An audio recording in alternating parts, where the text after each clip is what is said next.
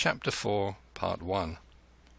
Good luck, she is never a lady, but the cursedest queen alive, tricksy, wincing and jady, kittle to lead or drive. Greet her, she's hailing a stranger. Meet her, she's busking to leave. Let her alone for a shrew to the bone, and the hussy comes plucking your sleeve. Largesse, largesse, O fortune, give or hold at your will. If I've no care for fortune, fortune must follow me still. The Wishing Caps. Then, lowering their voices, they spoke together. Kim came to rest under a tree, but the lama tugged impatiently at his elbow. "Let us go on. The river is not here." "Hai mai! Have we not walked enough for a little? Our river will not run away. Patience, and he will give us a dole." "This," said the old soldier suddenly, "is the friend of the stars. He brought me the news yesterday, having seen the very man himself in a vision, giving orders for the war." Said his son, all deep in his broad chest. "He came by a bizarre rumour and made profit of it." His father laughed. "At least he did not ride to me begging for a new charger and the gods knowed how many rupees. Are thy brother's regiments also under orders?" "I do not know. I took leave and came swiftly to thee in case." "In case they ran before thee to beg. Oh, gamblers and spendthrifts all! But thou hast never yet ridden in a charge. A good horse is needed there truly. A good follower and a good pony also for the marching. Let us see, let us see." He thrummed on the pommel. "This is no place to cast accounts in, my father. Let us go to thy house." "At least pay the boy then. I have no pice with me, and he brought auspicious news. Oh, friend of all the world, a war is towards as thou hast said." "Nay, as I know, the war," returned Kim composedly. "Eh?" said the lama, fingering his beads, all eager for the road. "My master does not trouble the stars for hire. We brought the news. Bear witness, we brought the news, and now we go." Kim half crooked his hand at his side. The son tossed a silver coin through the sunlight, grumbling something about beggars and jugglers. It was a 4 anna piece, and would feed them well for some days. The lama, seeing the flash of metal, droned a blessing. "Go thy way, friend of all the world," piped the old soldier, wheeling his scrawny mount. "For once in all my days I have met a true prophet who was not in the army." Father and son swung round together, the old man sitting as erect as the younger. A Punjabi constable in yellow linen trousers slouched across the road. He had seen the money pass. "Halt!" he cried in impressive English. "Know ye not that there is a takas of 2 annas ahead, which is 4 annas on those who enter the road from this side road? It is the order of the Sirkar, and the money is spent for the planting of trees and the beautification of the ways." "And the bellies of the police," said Kim, skipping out of arm's reach. "Consider for a while, man with a mud head. Think you we came from the nearest pond like the frog, thy father-in-law? Hast thou ever heard the name of thy brother?" "And who was he? Leave the boy alone," cried a senior constable, immensely delighted as he squatted down to smoke his pipe in the veranda. "He took a label from the bottle of Bilati Pani (soda water), and affixing it to a bridge, collected taxes for a month from those who passed, saying it was the Sirkar's order. Then came an Englishman and broke his head. Ah, brother, I am a town crow, not a village crow." The policeman drew back abashed, and Kim hooted at him all down the road. "Was there ever such a disciple as I? he cried merrily to the lama. "All earth would have picked thy bones within 10 miles of Lahore city if I had not guarded thee."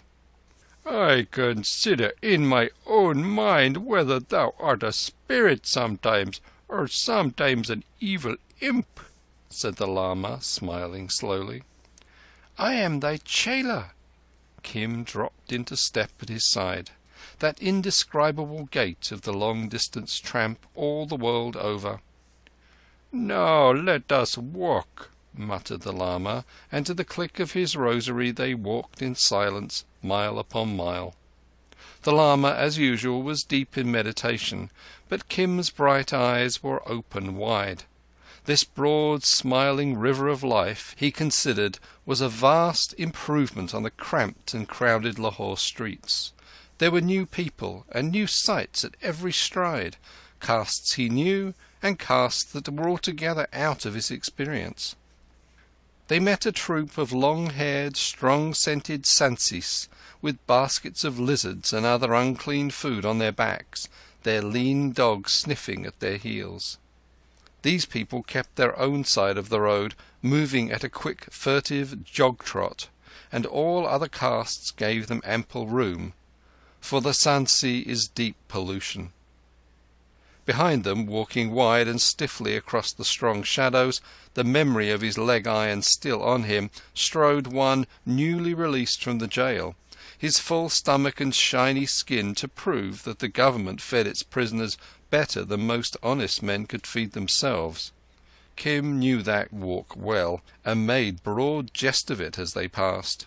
Then an Akali, a wild-eyed, wild-haired Sikh devotee in the blue-checked clothes of his faith, with polished steel quoits glistening in the cone of his tall blue turban, stalked past, returning from a visit to one of the independent Sikh states, where he had been singing the ancient glories of the Khalsa to college-trained princelings in top boots and white cord breeches. Kim was careful not to irritate that man, for the Akali's temper was short and his arm quick. Here and there they met or were overtaken by the gaily dressed crowds of whole villages turning out to some local fair. The women, with their babes on their hips, walking behind the men, the older boys prancing on sticks of sugar cane, dragging rude brass models of locomotives such as they sell for a halfpenny, or flashing the sun into the eyes of their betters from cheap toy mirrors. One could see at a glance what each had brought, and if there were any doubt it needed only to watch the wives comparing, brown arm against brown arm, the newly purchased dull glass bracelets that come from the northwest. These merrymakers stepped slowly, calling one to the other, and stopping to haggle with sweetmeat sellers, or to make a prayer before one of the wayside shrines, sometimes Hindu, sometimes Mussulman, which the low caste of both creeds share with beautiful impartiality. A solid line of blue, rising and falling like the back of a caterpillar in haste, would swing up through the quivering dust and trot past to a chorus of quick cackling.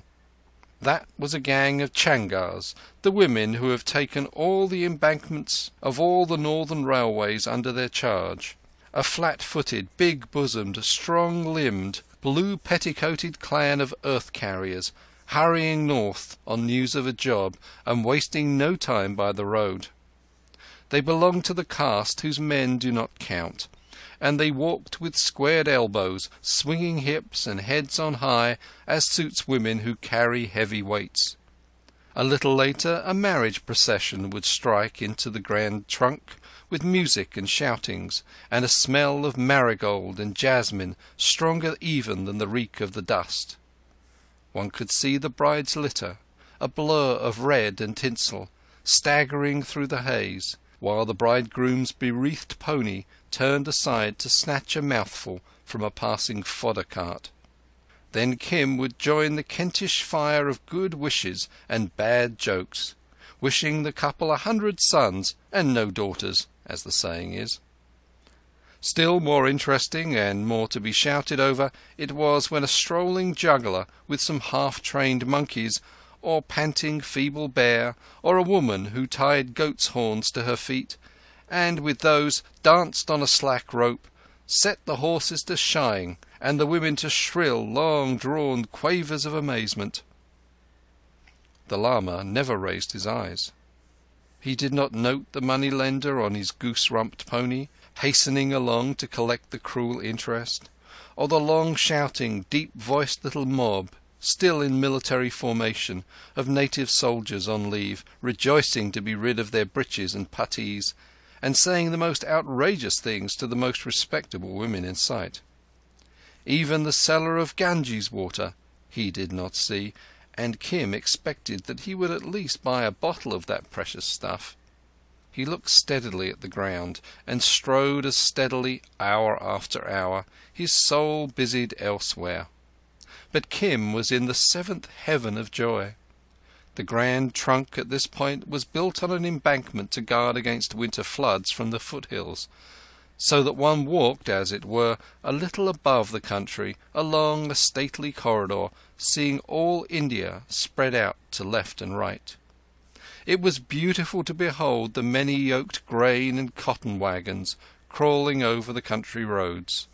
One could hear their axles complaining a mile away, coming nearer, till with shouts and yells and bad words they climbed up the steep incline and plunged on to the hard main road, carter reviling carter. It was equally beautiful to watch the people, little clumps of red and blue and pink and white and saffron, turning aside to go to their own villages, dispersing and growing small by twos and threes across the level plain. Kim felt these things, though he could not give tongue to his feelings, and so contented himself with buying peeled sugar-cane and spitting the pith generously about his path. From time to time the lama took snuff, and at last Kim could endure the silence no longer. "This is a good land, the land of the south," said he. "The air is good, the water is good, eh?"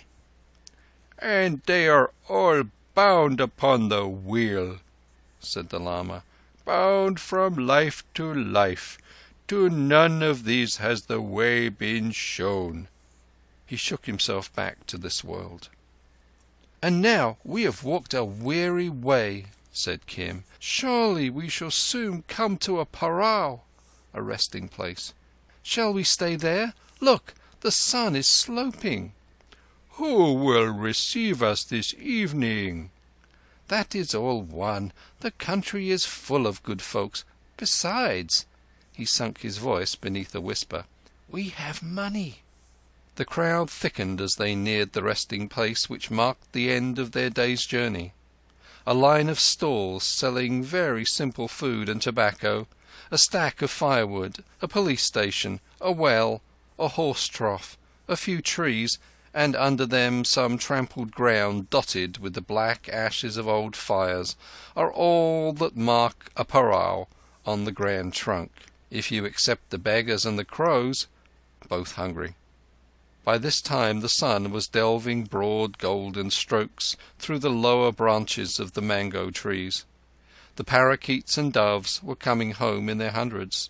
The chattering, grey-backed seven sisters, talking over the day's adventures, walked back and forth in twos and threes almost under the feet of the travellers, and the shufflings and scufflings in the branches showed that the bats were ready to go out on the night picket. Swiftly the light gathered itself together, painted for an instant the faces and the cartwheels and the bullocks' horns as red as blood. Then the night fell, changing the touch of the air, drawing a low, even haze, like a gossamer veil of blue, across the face of the country, and bringing out keen and distinct the smell of wood smoke and cattle, and the good scent of wheaten cakes cooked on ashes. The evening patrol hurried out of the police station with important coughings and reiterated orders, and a live charcoal ball in the cup of a wayside carter's hookah glowed red, while Kim's eyes mechanically watched the last flicker of the sun on the brass tweezers. The life of the parao was like that of the Kashmir Sarai, on a small scale. Kim dived into the happy Asiatic disorder which, if you only allow time, will bring you everything that a simple man needs. His wants were few, because, since the Lama had no caste scruples, cooked food from the nearest stall would serve. But, for luxury's sake, Kim brought a handful of dung cakes to build a fire. All about, coming and going round the little flames, men cried for oil or grain or sweetmeats or tobacco, jostling one another while they waited their turn at the well. And under the men's voices you heard from halted, shuttered carts the high squeals and giggles of women whose faces should not be seen in public.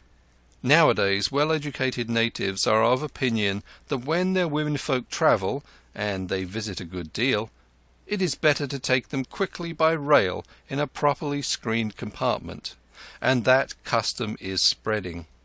But there are always those of the old rock who hold by the use of their forefathers, and above all there are always the old women, more conservative than the men, who toward the end of their days go on a pilgrimage.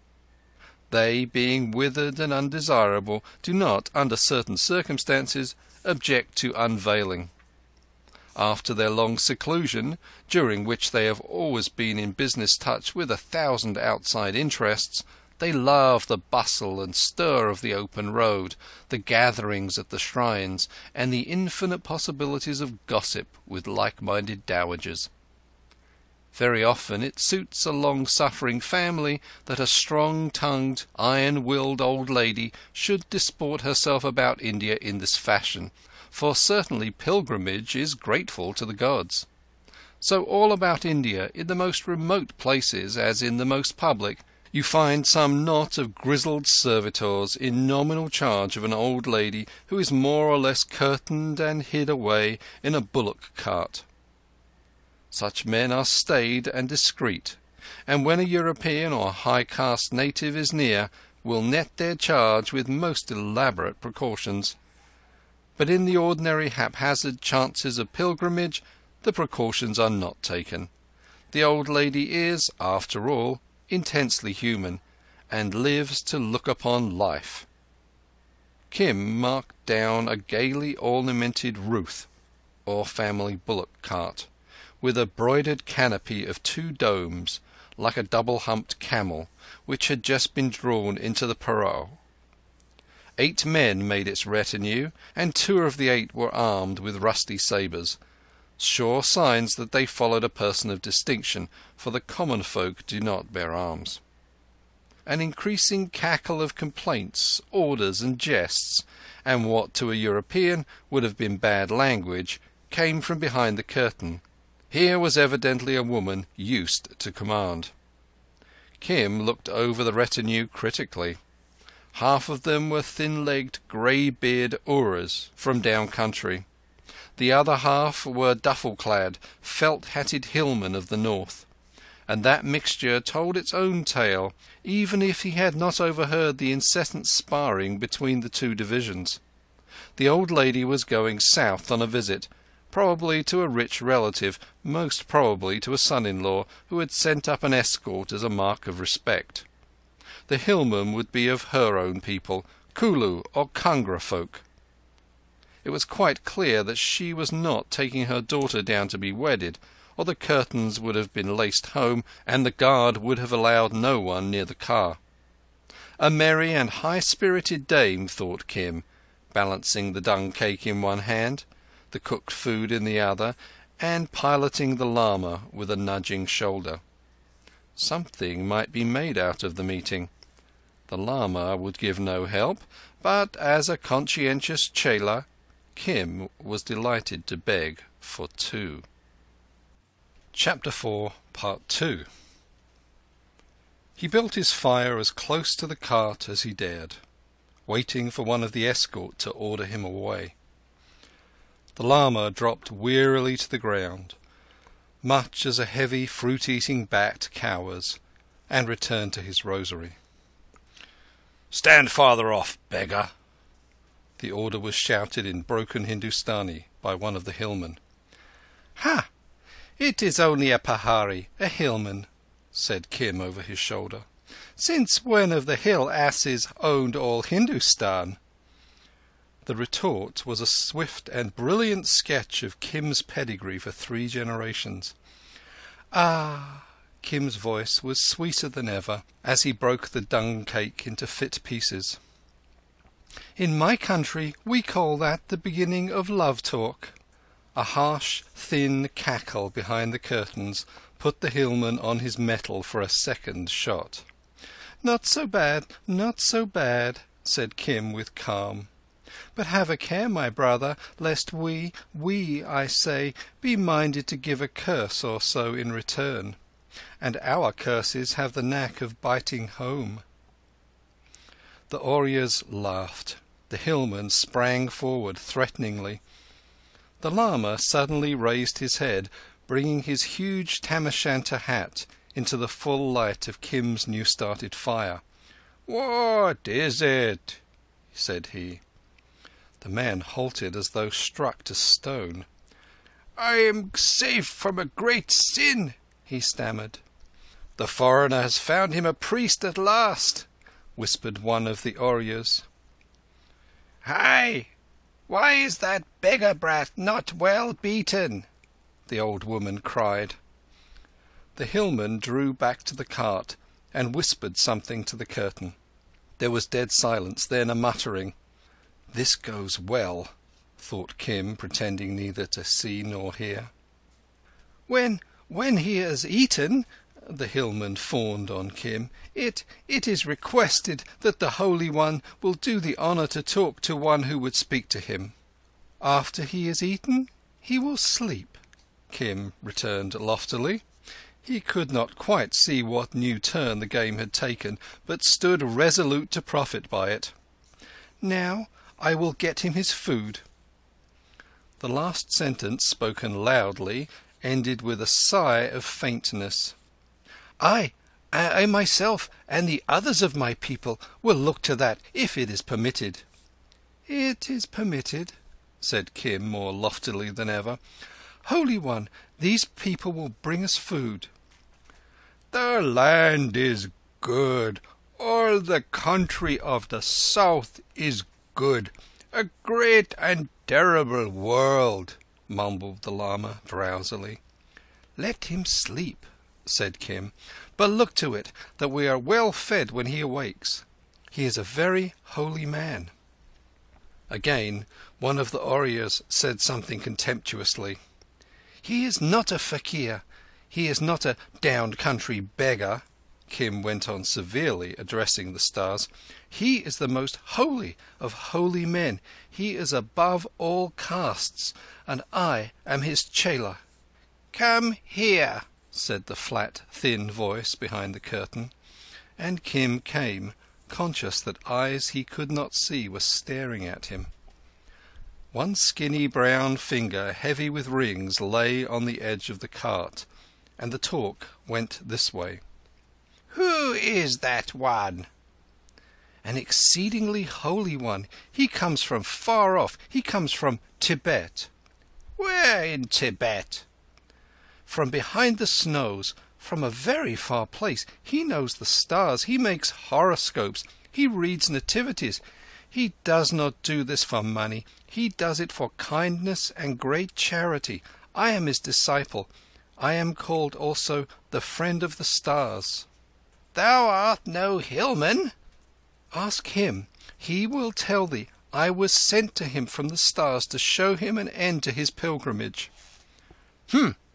"Consider, brat, that I am an old woman and not altogether a fool. Lamas I know, and to these I give reverence.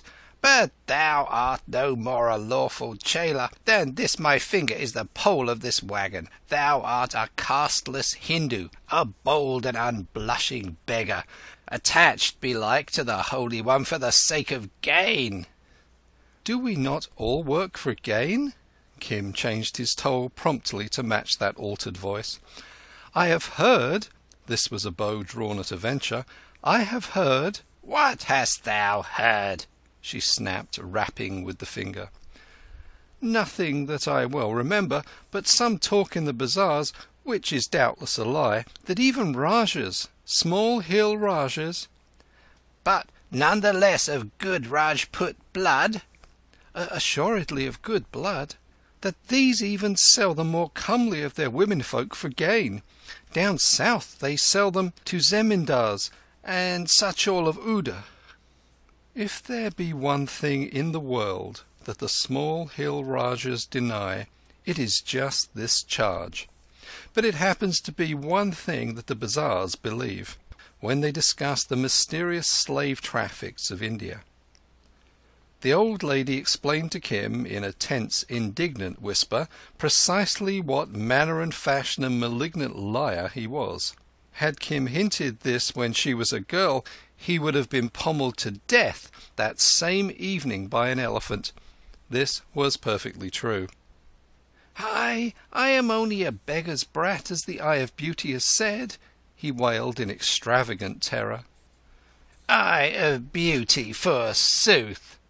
Who am I that thou shouldst fling beggar endearments at me?" And yet she laughed at the long-forgotten word. 40 years ago that might have been said, and not without truth. Aye, 30 years. But it is the fault of this gadding up and down Hind that a king's widow must jostle all the scum of the land and be made a mock by beggars." "Great Queen," said Kim promptly, for he heard her shaking with indignation, "I am even what the Great Queen says I am, but none the less is my master holy.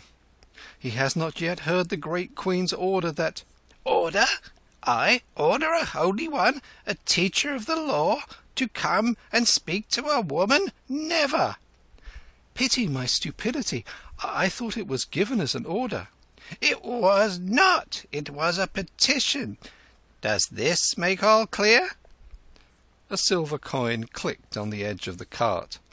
Kim took it and salaamed profoundly. The old lady recognized that, as the eyes and ears of the Lama, he was to be propitiated. "I am but the Holy One's disciple. When he has eaten, perhaps he will come." "Oh, villain and shameless rogue!" The jewelled forefinger shook itself at him reprovingly, but he could hear the old lady's cackle. "Nay, what is it?" he said, dropping into his most caressing and confidential tone, the one he well knew that few could resist. Is there any need of a son in thy family? Speak freely, for we priests—" That last was a direct plagiarism from a fakir by the Taksali gate. "We priests? Thou art not yet old enough to—" She checked the joke with another laugh. "Believe me now and again, we women, O priest, think of other matters than sons. Moreover, my daughter has borne her man-child." 2 arrows in the quiver are better than 1, and 3 are better still." Kim quoted the proverb with a meditative cough, looking discreetly earthward. "True, oh true, but perhaps that will come. Certainly those down-country Brahmins are utterly useless. I sent gifts and monies and gifts again to them, and they prophesied." "Ah," drawled Kim with infinite contempt, "they prophesied. A professional could have done no better." "And it was not until I remembered my own gods that my prayers were heard. I chose an auspicious hour, and perhaps thy Holy One has heard of the abbot of the Lungcho Lamasery. It was to him I put the matter, and behold, in due time all came about as I desired. The Brahmin in the house of the father of my daughter's son has since said that it was through his prayers, which is a little error that I will explain to him when we reach our journey's end. And so afterwards I go to Buddha Gaya to make Shraddha for the father of my children." "Thither go we." "Doubly auspicious," chirped the old lady. "A second son at least." "Oh, friend of all the world!" The Lama had waked, and simply as a child bewildered in a strange bed, called for Kim. I come, Holy One." He dashed to the fire, where he found the lama already surrounded by dishes of food, the hillmen visibly adoring him, and the southerners looking sourly. "Go back! Withdraw!" Kim cried. "Do we eat publicly like dogs?" They finished the meal in silence, each turned a little from the other, and Kim topped it with a native-made cigarette. "Have I not said 100 times that the South is a good land? Here is a virtuous and high-born widow of a hill Rajah on pilgrimage, she says, to Buddha Gaya. She it is sends us those dishes, and when thou art rested, she would speak to thee." "Is this also thy work?" The lama dipped deep into his snuff-gourd. "Who else watched over thee since our wonderful journey began?" Kim's eyes danced in his head as he blew the rank smoke through his nostrils and stretched him on the dusty ground. "Have I failed to oversee thy comforts, Holy One?" "A blessing on thee." The lama inclined his solemn head. "I have known many men in my long life, and disciples not a few, but to none among men, if so be thou art woman born, has my heart gone out as it has to thee. Thoughtful, wise and courteous, but something of a small imp." "And I have never seen such a priest as thou." Kim considered the benevolent yellow face, wrinkle by wrinkle. "It is less than 3 days since we took the road together, and it is as though it were 100 years. Perhaps in a former life it was permitted that I should have rendered thee some service. Maybe," he smiled, "I freed thee from a trap, or having caught thee on a hook in the days when I was not enlightened, cast thee back into the river." "Maybe," said Kim quietly. He had heard this sort of speculation again and again from the mouths of many whom the English would not consider imaginative. "Now, as regards that woman in the bullock cart, I think she needs a second son for her daughter." "That is no part of the way," sighed the lama. "But at least she is from the hills. Oh, the hills and the snow of the hills." He rose and stalked to the cart. Kim would have given his ears to come too, but the lama did not invite him, and the few words he caught were in an unknown tongue, for they spoke some common speech of the mountains. The woman seemed to ask questions which the lama turned over in his mind before answering. Now and again he heard the sing-song cadence of a Chinese quotation. It was a strange picture that Kim watched between drooped eyelids. The lama very straight and erect, the deep folds of his yellow clothing slashed with black in the light of the parao fires, precisely as a knotted tree trunk is slashed with the shadows of the low sun, addressed a tinsel and lacquered Ruth, which burned like a many-coloured jewel in the same uncertain light. The patterns on the gold-worked curtains ran up and down, melting and reforming as the folds shook and quivered to the night wind. And when the talk grew more earnest, the jewelled forefinger snapped out little sparks of light between the embroideries. Behind the cart was a wall of uncertain darkness, speckled with little flames and alive with half-caught forms and faces and shadows. The voices of early evening had settled down to one soothing hum, whose deepest note was the steady chomping of the bullocks above their chopped straw, and whose highest was the tinkle of a Bengali dancing girl's sitar. Most men had eaten, and pulled deep at their gurgling, grunting hookahs, which in full blast sound like bullfrogs.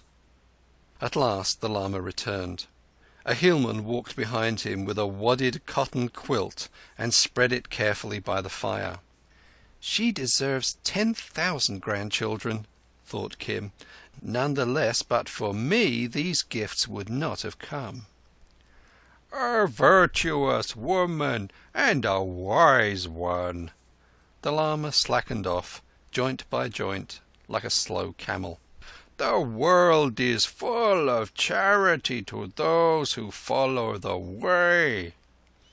He flung a fair half of the quilt over Kim. "And what said she?" Kim rolled up in his share of it. "She asked me many questions and propounded many problems, the most of which were idle tales which she had heard from devil-serving priests who pretended to follow the way. Some I answered, and some I said were foolish. Many wear the robe, but few keep the way." "True, that is true." Kim used the thoughtful, conciliatory tone of those who wish to draw confidences. "But by her lights she is most right-minded. She desires greatly that we should go with her to Buddh Gaya, her road being ours, as I understand, for many days' journey to the southward." "And?" "Patience a little. To this I said that my search came before all things. She had heard many foolish legends, but this great truth of my river she had never heard.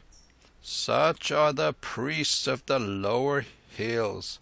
She knew the abbot of Lung Cho, but she did not know of my river, nor the tale of the arrow." "And?"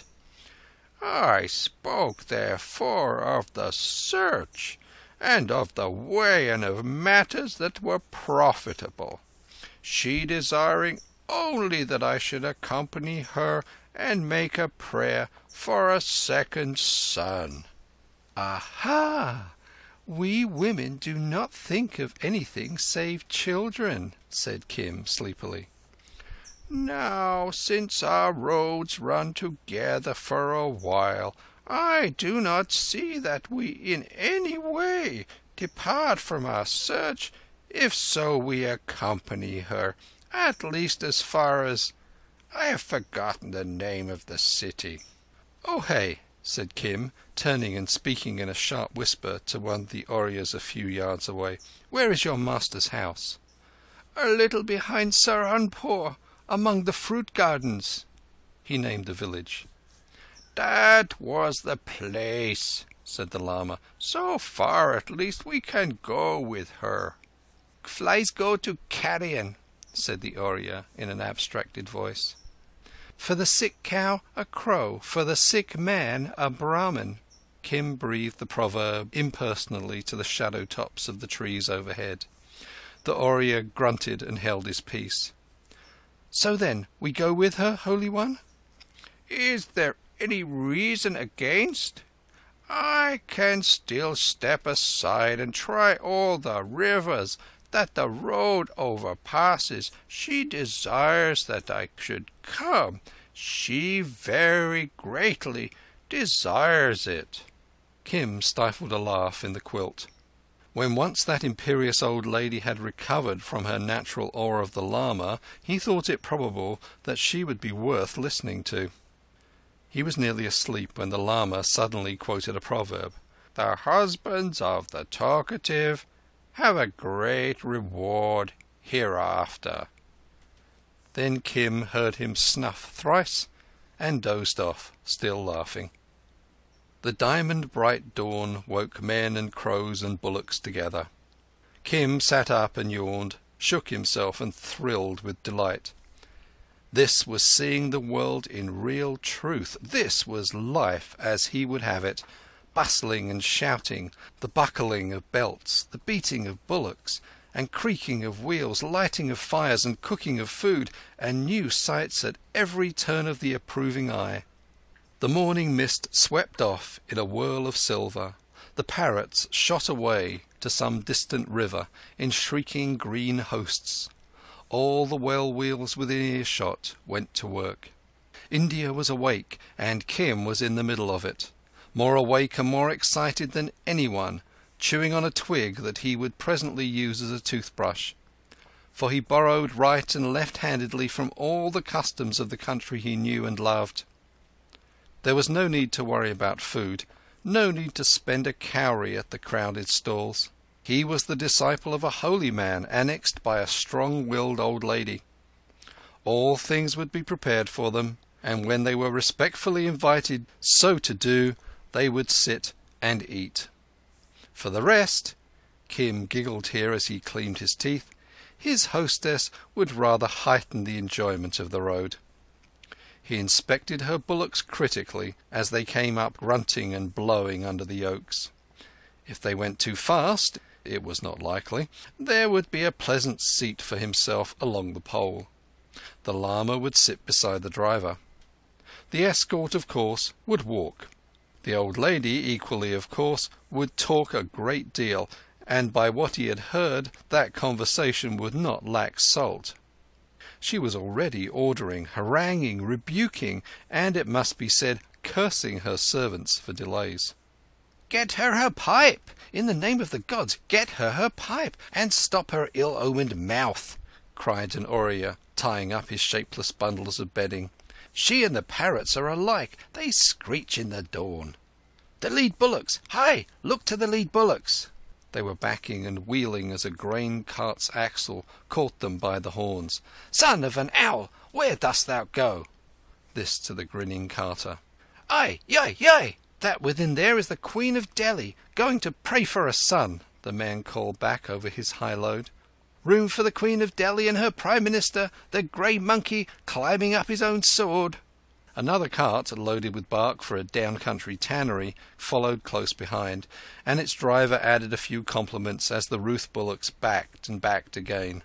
From behind the shaking curtains came one volley of invective. It did not last long, but in kind and quality, in blistering, biting appropriateness, it was beyond anything that even Kim had heard. He could see the carter's bare chest collapse with amazement as the man salaamed reverently to the voice, leaped from the pole, and helped the escort haul their volcano onto the main road. Here the voice told him truthfully what sort of wife he had wedded, and what she was doing in his absence. "Oh, shabash!" murmured Kim, unable to contain himself as the man slunk away. "Well done indeed. Is it a shame and a scandal that a poor woman may not go to make a prayer to her gods, except she be jostled and insulted by all the refuse of Hindustan, that she must eat gully abuse, as men eat ghee? But I have yet a wag left to my tongue, a word or two well spoken that serves the occasion, and still am I without my tobacco.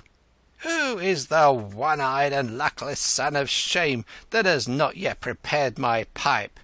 It was hastily thrust in by a hillman, and a trickle of thick smoke from each corner of the curtains showed that peace was restored. If Kim had walked proudly the day before, disciple of a holy man, today he paced with tenfold pride in the train of a semi-royal procession, with a recognized place under the patronage of an old lady of charming manners and infinite resource. The escort, their heads tied up native fashion, fell in on either side the cart, shuffling enormous clouds of dust. The lama and Kim walked a little to one side, Kim chewing his stick of sugar-cane and making way for no one under the status of a priest. They could hear the old lady's tongue clack as steadily as a rice husker. She bade her escort tell her what was going on the road, and so soon as they were clear of the parao, she flung back the curtains and peered out, her veil a third across her face. Her men did not eye her directly when she addressed them, and thus the proprieties were more or less observed. A dark, sallowish district superintendent of police, faultlessly uniformed, an Englishman, trotted by on a tired horse, and seeing from her retinue what manner of a person she was, chaffed her. "Oh, mother," he cried, "do they do this in the zenanas? Suppose an Englishman came by and saw that thou hadst no nose." "What?" she shrilled back. "Thine own mother has no nose? Why say so then in the open road?" It was a fair counter. The Englishman threw up his hand with the gesture of a man hit at sword play. She laughed and nodded. "Is this a face to tempt virtue aside?" She withdrew all her veil and stared at him. It was by no means lovely, but as the man gathered up his reins, he called it a moon of paradise, a disturber of integrity, and a few other fantastic epithets which doubled her up with mirth. "That is a nutcut." "A rogue," she said. "All police constables are nutcuts, but the police wallers are worse. Hi, my son, thou hast never learned all that since thou comest from Balate, from Europe. Who suckled thee?" "A pahareen, a hill woman of Dalhousie, my mother. Keep thy beauty under a shade, O dispenser of delights." And he was gone. "These be the sort." She took a fine judicial tone and stuffed her mouth with pan. "These be the sort to oversee justice. They know the land and the customs of the land. The others, all new from Europe, suckled by white women and learning our tongues from books, are worse than the pestilence. They do harm to kings." Then she told a long, long tale to the world at large of an ignorant young policeman who had disturbed some small hill Rajah, a ninth cousin of her own, in the matter of a trivial land case, winding up with a quotation from a work by no means devotional. Then her mood changed, and she bade one of the escort ask whether the lama would walk alongside and discuss matters of religion. So Kim dropped back into the dust and returned to his sugar cane. For an hour or more the lama's tam o' shanter showed like a moon through the haze, and from all he heard Kim gathered that the old woman wept. One of the Ooryas half apologized for his rudeness overnight, saying that he had never known his mistress of so bland a temper, and he ascribed it to the presence of the strange priest. Personally, he believed in Brahmins, though, like all natives, he was acutely aware of their cunning and their greed. Still, when Brahmins but irritated with begging demands the mother of his master's wife, and when she sent them away so angry that they cursed the whole retinue, which was the real reason of the second offside bullock going lame and of the pole breaking the night before, he was prepared to accept any priest of any other denomination in or out of India. To this Kim assented with wise nods, and bade the Oorya observe that the lama took no money, and that the cost of his and Kim's food would be repaid 100 times in the good luck that would attend the caravan henceforward. He also told stories of Lahore city, and sang a song or two which made the escort laugh.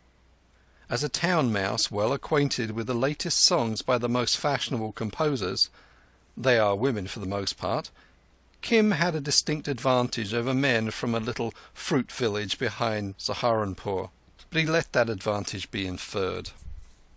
At noon they turned aside to eat, and the meal was good, plentiful, and well served on plates of clean leaves, in decency, out of the drift of the dust. They gave the scraps to certain beggars, that all requirements might be fulfilled, and sat down to a long, luxurious smoke. The old lady had retreated behind her curtains, but mixed most freely in the talk, her servants arguing with and contradicting her as servants do throughout the East. She compared the cool and the pines of the Kangra and Kulu hills with the dust and the mangoes of the south. She told a tale of some local gods at the edge of her husband's territory. She roundly abused the tobacco which she was then smoking, reviled all Brahmins, and speculated without reserve on the coming of many grandsons. Chapter 5, Part 1. Here come I to my own again, fed, forgiven, and known again, claimed by bone of my bone again, and sib to flesh of my flesh. The fatted calf is dressed for me, but husks have greater zest for me.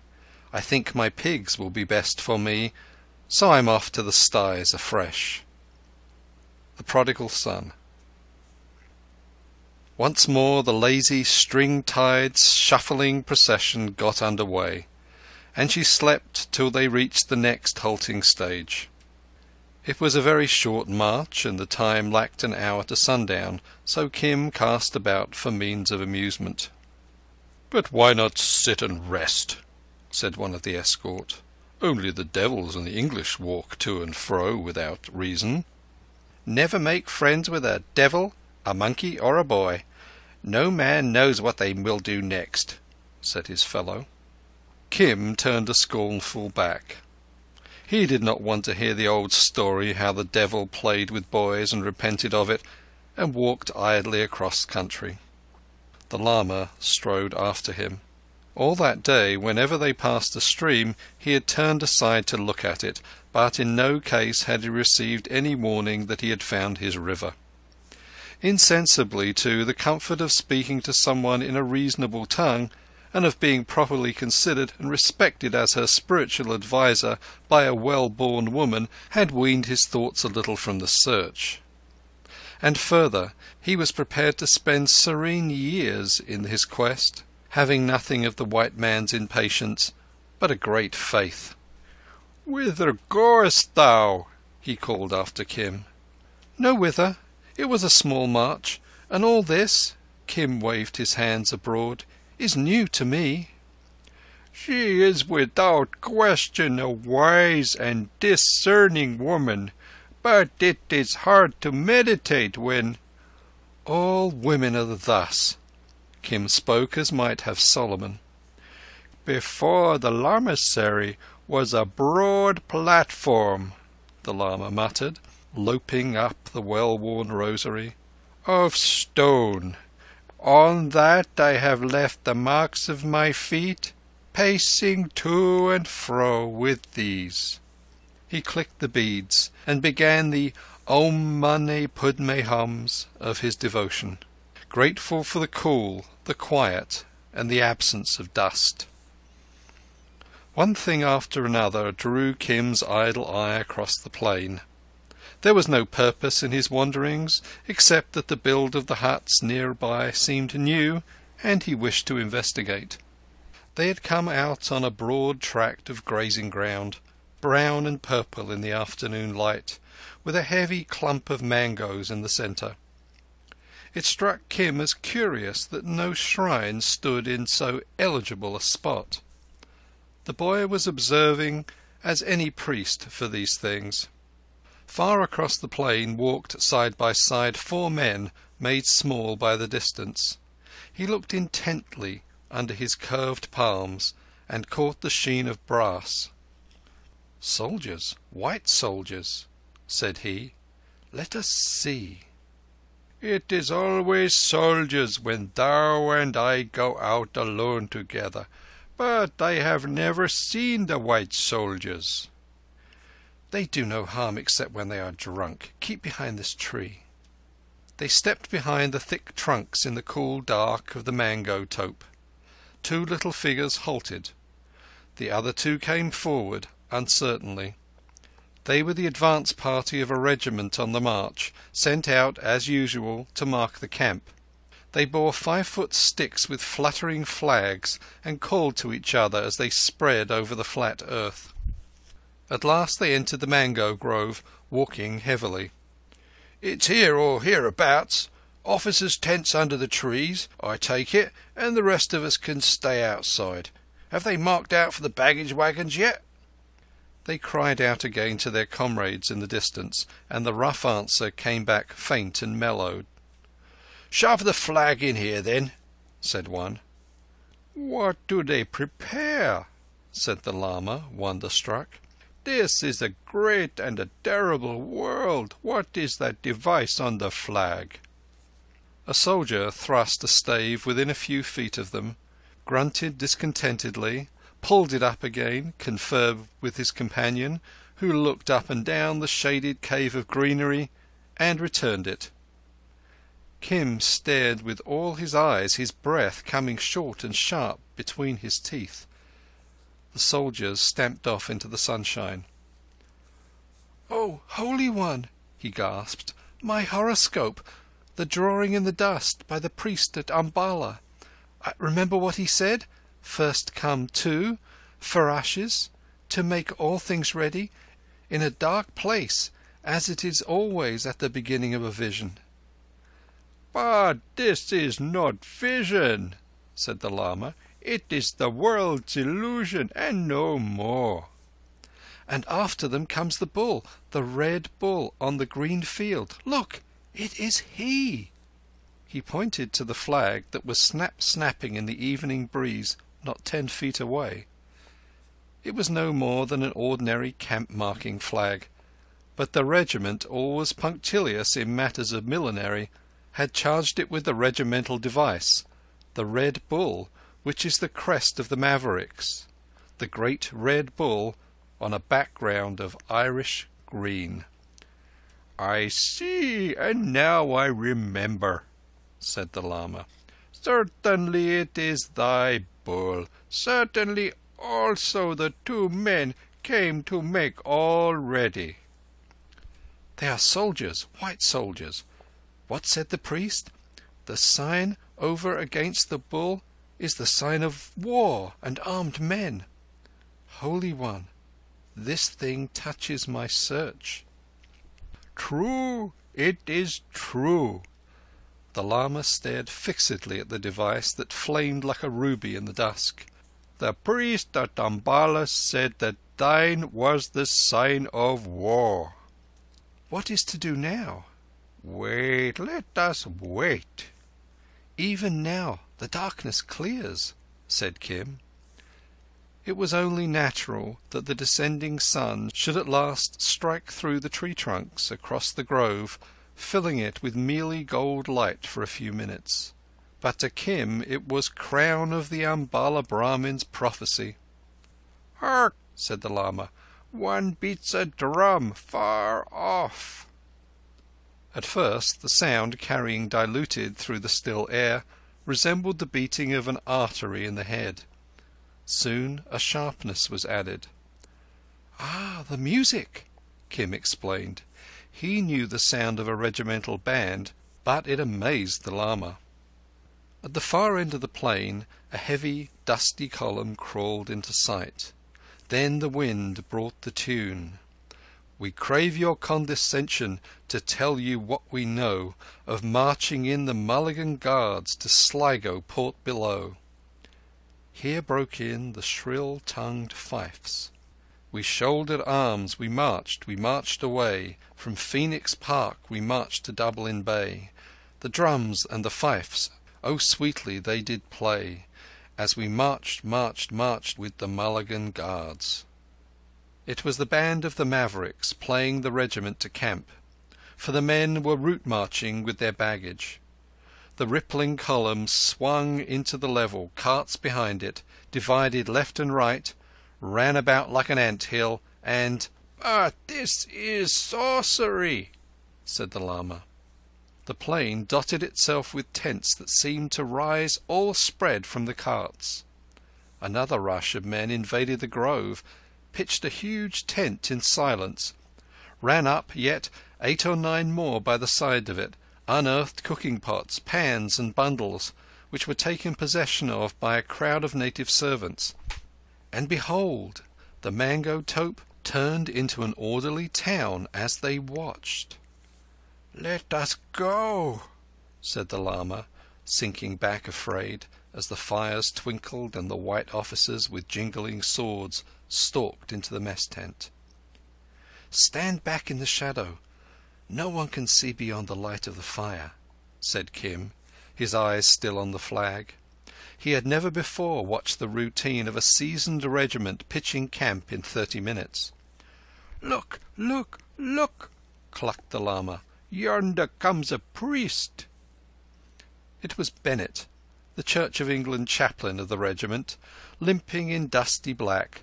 One of his flock had made some rude remarks about the chaplain's mettle, and to abash him Bennett had marched step by step with the men that day.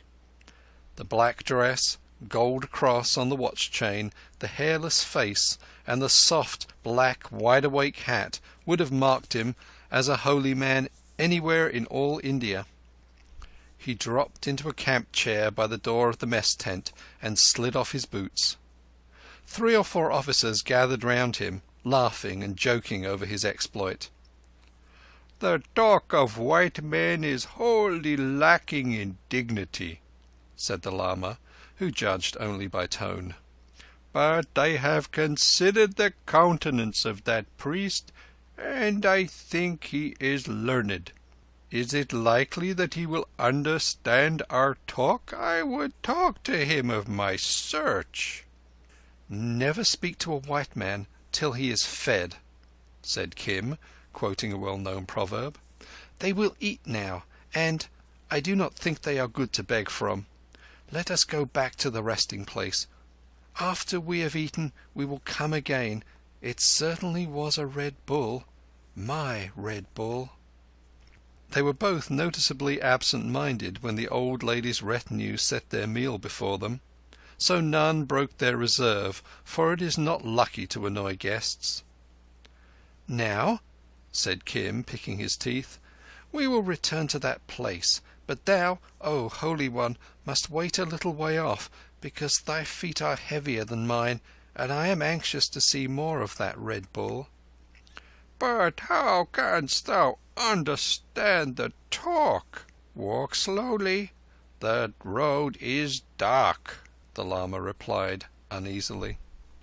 Kim put the question aside. I marked a place near to the trees, said he, where thou canst sit till I call. Nay, as the Lama made some sort of protest, remember this is my search, the search for my Red Bull. The sign in the stars was not for thee. I know a little of the customs of the white soldiers, and I always desire to see some new things. What dost thou not know of this world? The Lama squatted obediently in a little hollow of the ground not 100 yards from the hump of the mango trees, dark against the star-powdered sky. Stay till I call. Kim flitted into the dusk. He knew that in all probability there would be sentries round the camp, and smiled to himself as he heard the thick boots of one. A boy who can dodge over the roofs of Lahore city on a moonlit night, using every little patch and corner of darkness to discomfort his pursuer, is not likely to be checked by a line of well-trained soldiers. He paid them the compliment of crawling between a couple, and running and halting, crouching and dropping flat, worked his way toward the lighted mess tent, where, close pressed behind the mango tree, he waited till some chance word should give him a returnable lead. The one thing now in his mind was further information as to the Red Bull. For aught he knew, and Kim's limitations were as curious and sudden as his expansions, the men, the 900 thorough devils of his father's prophecy, might pray to the beast after dark, as Hindus pray to the holy cow. That at least would be entirely right and logical, and the padre with the gold cross would be therefore the man to consult in the matter. On the other hand, remembering sober-faced padres whom he had avoided in Lahore city, the priest might be an inquisitive nuisance who would bid him learn. But had it not been proven at Umballa that his sign in the high heavens portended war and armed men? Was he not the friend of the stars, as well as of all the world, crammed to the teeth with dreadful secrets? Lastly, and firstly, as the undercurrent of all his quick thoughts, this adventure, though he did not know the English word, was a stupendous lark, a delightful continuation of his old flights across the housetops, as well as the fulfilment of sublime prophecy. He lay belly-flat and wriggled toward the mess tent door, a hand on the amulet round his neck. It was as he suspected. The Sahibs prayed to their God, for in the centre of the mess table, its sole ornament, when they were on the line of march, stood a golden bull fashioned from old-time loot of the summer palace at Pekin, a red gold bull with lowered head, ramping upon a field of Irish green. To him the Sahibs held out their glasses and cried aloud confusedly. Now, the Reverend Arthur Bennett always left mess after that toast, and being rather tired by his march, his movements were more abrupt than usual. Kim, with slightly raised head, was still staring at his totem on the table when the chaplain stepped on his right shoulder blade. Kim flinched under the leather and, rolling sideways, brought down the chaplain, who, ever a man of action, caught him by the throat and nearly choked the life out of him. Kim then kicked him desperately in the stomach. Mr. Bennet gasped and doubled up, but without relaxing his grip, rolled over again and silently hauled Kim to his own tent. The Mavericks were incurable practical jokers, and it occurred to the Englishman that silence was best till he had made complete inquiry. "Why, it's a boy," he said, as he drew his prize under the light of the tent-pole lantern. Then, shaking him severely, cried, "What were you doing? You're a thief, chur, maloom." His Hindustani was very limited, and the ruffled and disgraced Kim intended to keep to the character laid down for him. As he recovered his breath, he was inventing a beautifully plausible tale of his relations to some scullion, and at the same time keeping a keen eye on, and a little under, the chaplain's left armpit. The chance came. He ducked for a doorway, but a long arm shot out and clutched at his neck, snapping the amulet string and closing on the amulet. "Give it me! Oh, give it me! Is it lost? Give me the papers!" The words were in English, the tinny, saw-cut English of the native bred, and the chaplain jumped. "A scapular?" he said, opening his hand. "No, some sort of heathen charm. Why, do you speak English? Little boys who steal are beaten. Do you know that?" I do not steal." Kim danced in agony like a terrier at a lifted stick. "Oh, give it me. It is my charm. Do not thieve it from me." The chaplain took no heed, but going to the tent door, called aloud. A fattish, clean-shaven man appeared. "I want your advice, Father Victor," said Bennet. "I found this boy in the dark outside the mess tent. Ordinarily I should have chastised him and let him go, because I believe him to be a thief. But it seems he talks English, and he attaches some sort of value to a charm round his neck. I thought perhaps you might help me." Between himself and the Roman Catholic chaplain of the Irish contingent lay, as Bennet believed, an unbridgeable gulf. But it was noticeable that whenever the Church of England dealt with a human problem, she was very likely to call in the Church of Rome. Bennet's official abhorrence of the Scarlet Woman and all her ways was only equalled by his private respect for Father Victor. "A thief talking English, is it? Let's look at his charm. No, it's not a scapular, Bennet." He held out his hand. "But have we any right to open it? A sound whipping." "I did not thieve," protested Kim. "You have hit me kicks all over my body. Now give me my charm, and I will go away." "Not quite so fast. We'll look first," said Father Victor, leisurely rolling out poor Kimball O'Hara's ne variatur parchment, his clearance certificate, and Kim's baptismal certificate. On this last, O'Hara, with some confused idea that he was doing wonders for his son, had scrawled scores of times, "Look after the boy. Please look after the boy," signing his name and regimental number in full. "Powers of darkness below," said Father Victor, passing all over to Mr. Bennet. "Do you know what these things are?" "Yes," said Kim. "They are mine, and I want to go away." "I do not quite understand," said Mr. Bennet. "He probably brought them on purpose. It may be a begging trick of some kind." "I never saw a beggar less anxious to stay with his company, then. There's the making of a gay mystery here. Do you believe in Providence, Bennet?" "I hope so." "Well, I believe in miracles, so it comes to the same thing. Powers of darkness, Kimball O'Hara and his son. But then he's a native, and I saw Kimball married myself to Annie Shott. How long have you had these things, boy?" "Ever since I was a little baby." Father Victor stepped forward quickly and opened the front of Kim's upper garment. "You see, Bennet, he's not very black. What's your name?" "Kim." or Kimball. Perhaps. Will you let me go away? What else? They call me Kim Rishti Ki, that is, Kim of the Rishti. What is that, Rishti? Rishti. That was the regiment of my father's. Irish. Oh, I see. Yes, that was how my father told me. My father, he has lived. He has lived where? Has lived? Of course. He's dead. Gone out. Oh, that's your abrupt way of putting it, is it? Bennett interrupted. It is possible that I have done the boy an injustice. He is certainly white, though evidently neglected. I'm sure I must have bruised him. I do not think spirits. Get him a glass of cherry, then, and let him squat on the cot. Now, Kim, continued Father Victor, no one is going to hurt you. Drink that down and tell us about yourself. The truth, if you've no objection. Chapter 5, Part 2.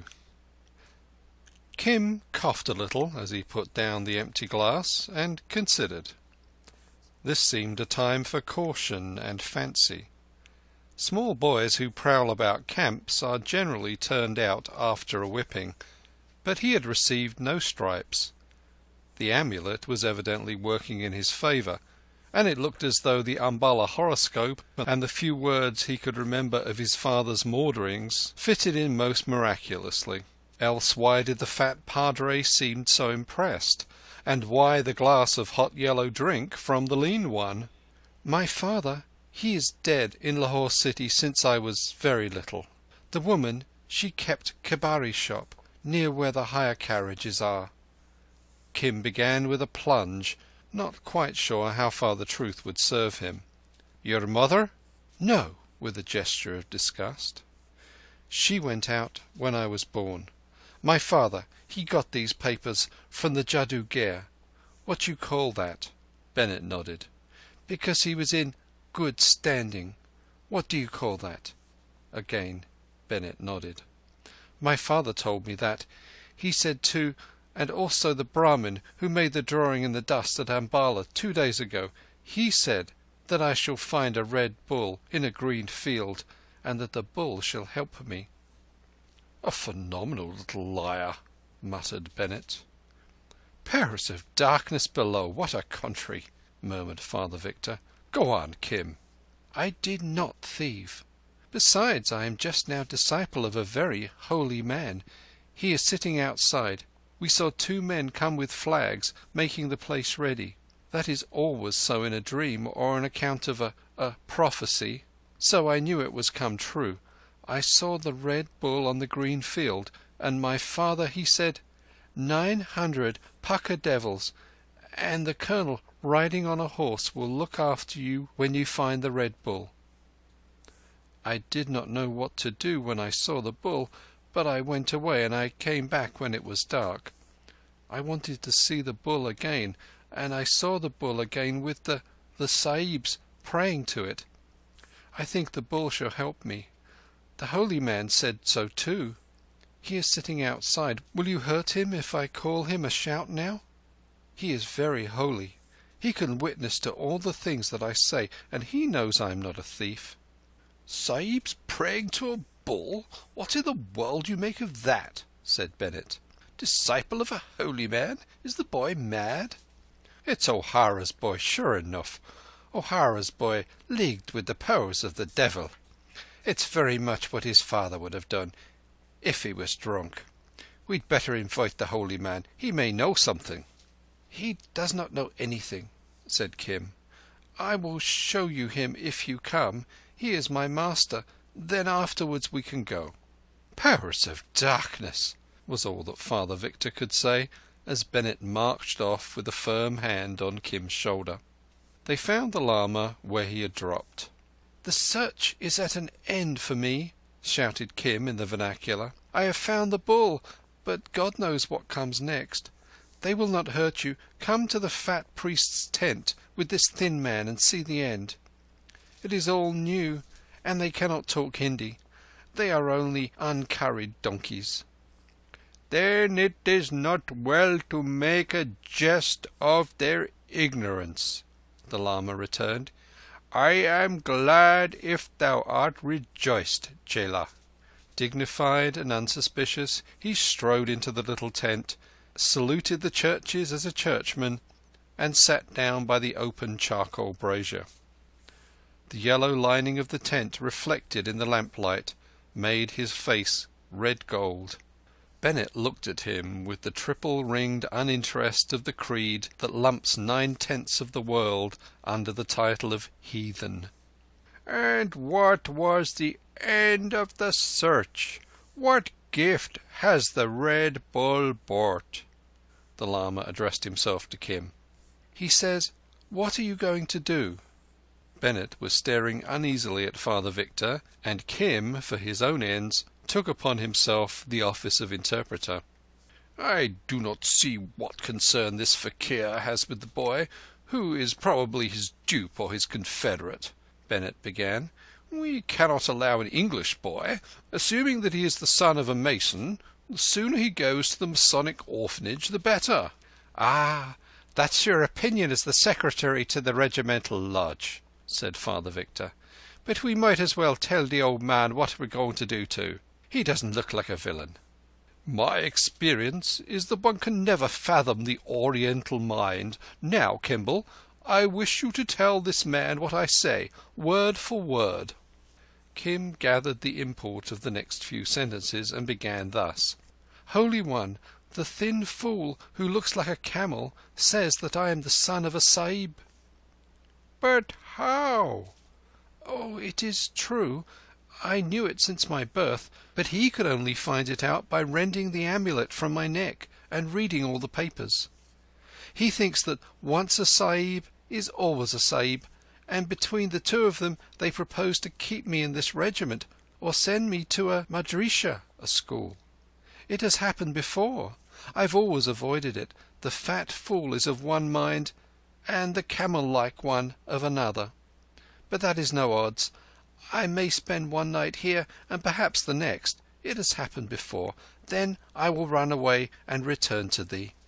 "But tell them that thou art my chela. Tell them how thou didst come to me when I was faint and bewildered. Tell them of our search, and they will surely let thee go now." "I have already told them. They laugh and they talk of the police." "What are you saying?" asked Mr. Bennett.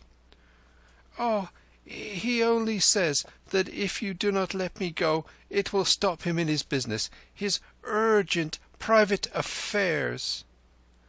This last was a reminiscence of some talk with the Eurasian clerk in the canal department, but it only drew a smile which nettled him. "And if you did know what his business was, you would not be in such a beastly hurry to interfere." "What is it, then?" said Father Victor, not without feeling as he watched the Lama's face. "There is a river in this country which he wishes to find so very much. It was put out by an arrow which—" Kim tapped his foot impatiently as he translated in his own mind from the vernacular to the clumsy English.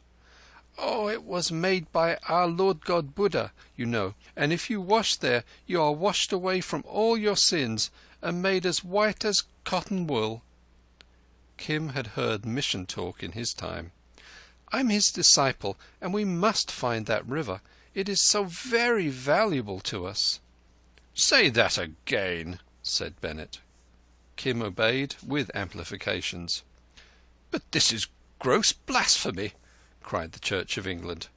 "Cha-cha," said Father Victor sympathetically. "I'd give a great deal to be able to talk the vernacular. A river that washes away sin.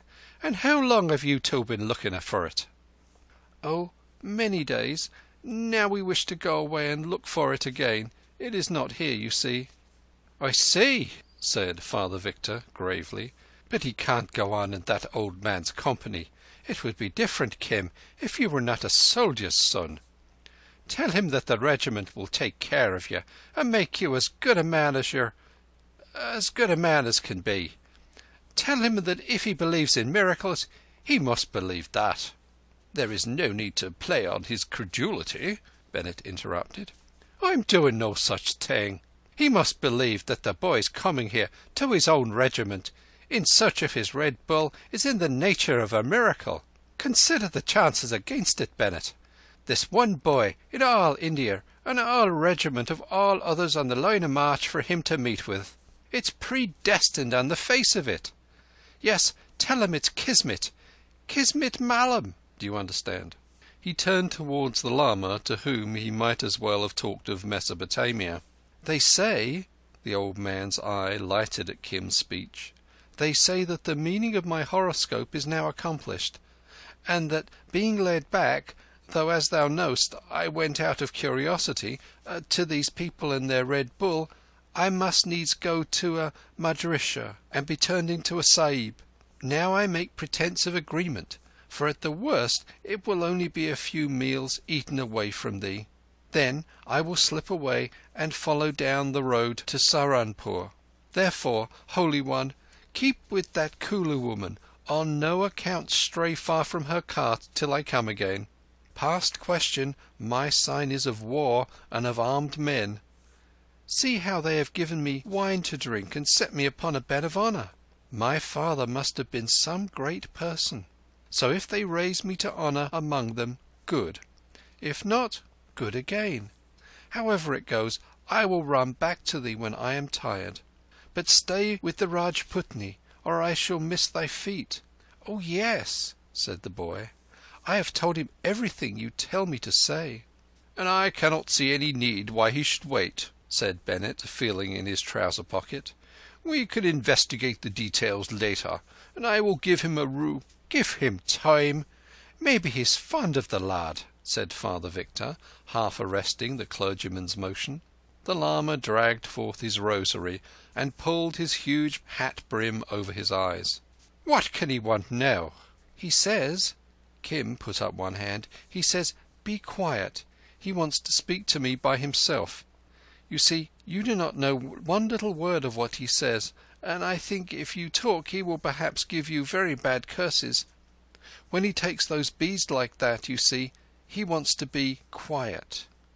The two Englishmen sat overwhelmed, but there was a look in Bennett's eye that promised ill for Kim when he should be relaxed to the religious arm. A sahib, and the son of a sahib. The lama's voice was harsh with pain. But no white man knows the land and the customs of the land as thou knowest. How comes it this is true?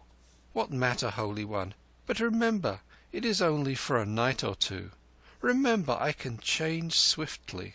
It will all be as it was when I first spoke to thee under Zamzamar, the great gun. As a boy in the dress of white men, when I first went to the Wonder House, and a second time thou wast a Hindu. What shall the third incarnation be? He chuckled drearily. Ah, Chela, thou hast done a wrong to an old man, because my heart went out to thee. And mine to thee. But how could I know that the Red Bull would bring me to this business? The lama covered his face afresh and nervously rattled the rosary. Kim squatted beside him and laid hold upon a fold of his clothing. Now it is understood that the boy is a sahib, he went on in a muffled tone. Such a sahib as was he who kept the images in the Wonder House. The lama's experience of white men was limited. He seemed to be repeating a lesson. So then it is not seemly that he should do other than as the sahibs do. He must go back to his own people. For a day and a night and a day, Kim pleaded. No, ye don't. Father Victor saw Kim edging towards the door and interposed a strong leg. I do not understand the customs of white men. The priest of the images in the Wonder House in Lahore was more courteous than the thin one here. This boy will be taken from me. They will make a Sahib of my disciple. Woe to me! How shall I find my river? Have they no disciples? Ask." "He says he is very sorry that he cannot find the river now any more. He says, 'Why have you no disciples?' and stop bothering him. He wants to be washed of his sins." Neither Bennett nor Father Victor found any answer ready. Said Kim in English, distressed for the lama's agony, "I think if you will let me go now, we will walk away quietly and not steal. We will look for that river, like before I was caught. I wish I did not come here to find the Red Bull, and all that sort of thing. I do not want it." "It's the very best day's work you ever did for yourself, young man," said Bennett. "Good heavens! I don't know how to console him," said Father Victor, watching the lama intently. "He can't take the boy away with him, and yet he's a good man. I'm sure he's a good man. Bennett, if you give him that rupee, he'll curse you root and branch." They listened to each other's breathing 5 full minutes. Then the lama raised his head and looked forth across them into space and emptiness. "And I am a follower of the Way," he said bitterly. "The sin is mine and the punishment is mine. I made believe to myself, for now I see it was but make-believe, that thou wast sent to me to aid in the search. So my heart went out to thee for thy charity and thy courtesy and the wisdom of thy little years. But those who follow the Way must permit not the fire of any desire or attachment, for that is all illusion. As says—" He quoted an old Chinese text, backed it with another, and reinforced these with a third. "I stepped aside from the Way, my chela. It was no fault of thine. I delighted in the sight of life, the new people upon the roads, and in thy joy at seeing these things. I was pleased with thee, who should have considered my search, and my search alone. Now I am sorrowful, because thou art taken away, and my river is far from me. It is the law which I have broken."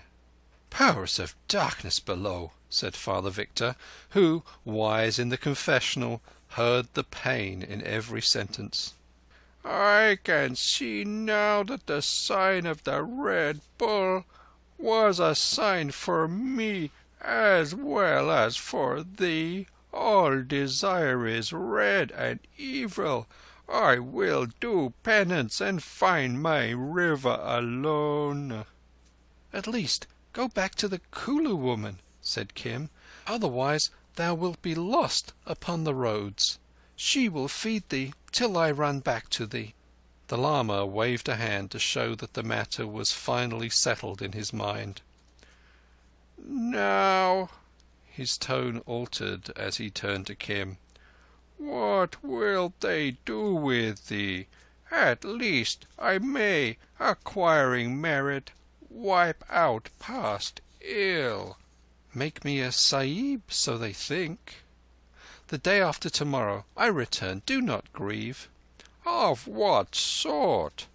Such an one as this, or that man?" He pointed to Father Victor. "Such an one of those I saw this evening, men wearing swords and stamping heavily." "Maybe." "That is not well. These men follow desire and come to emptiness. Thou must not be of their sort."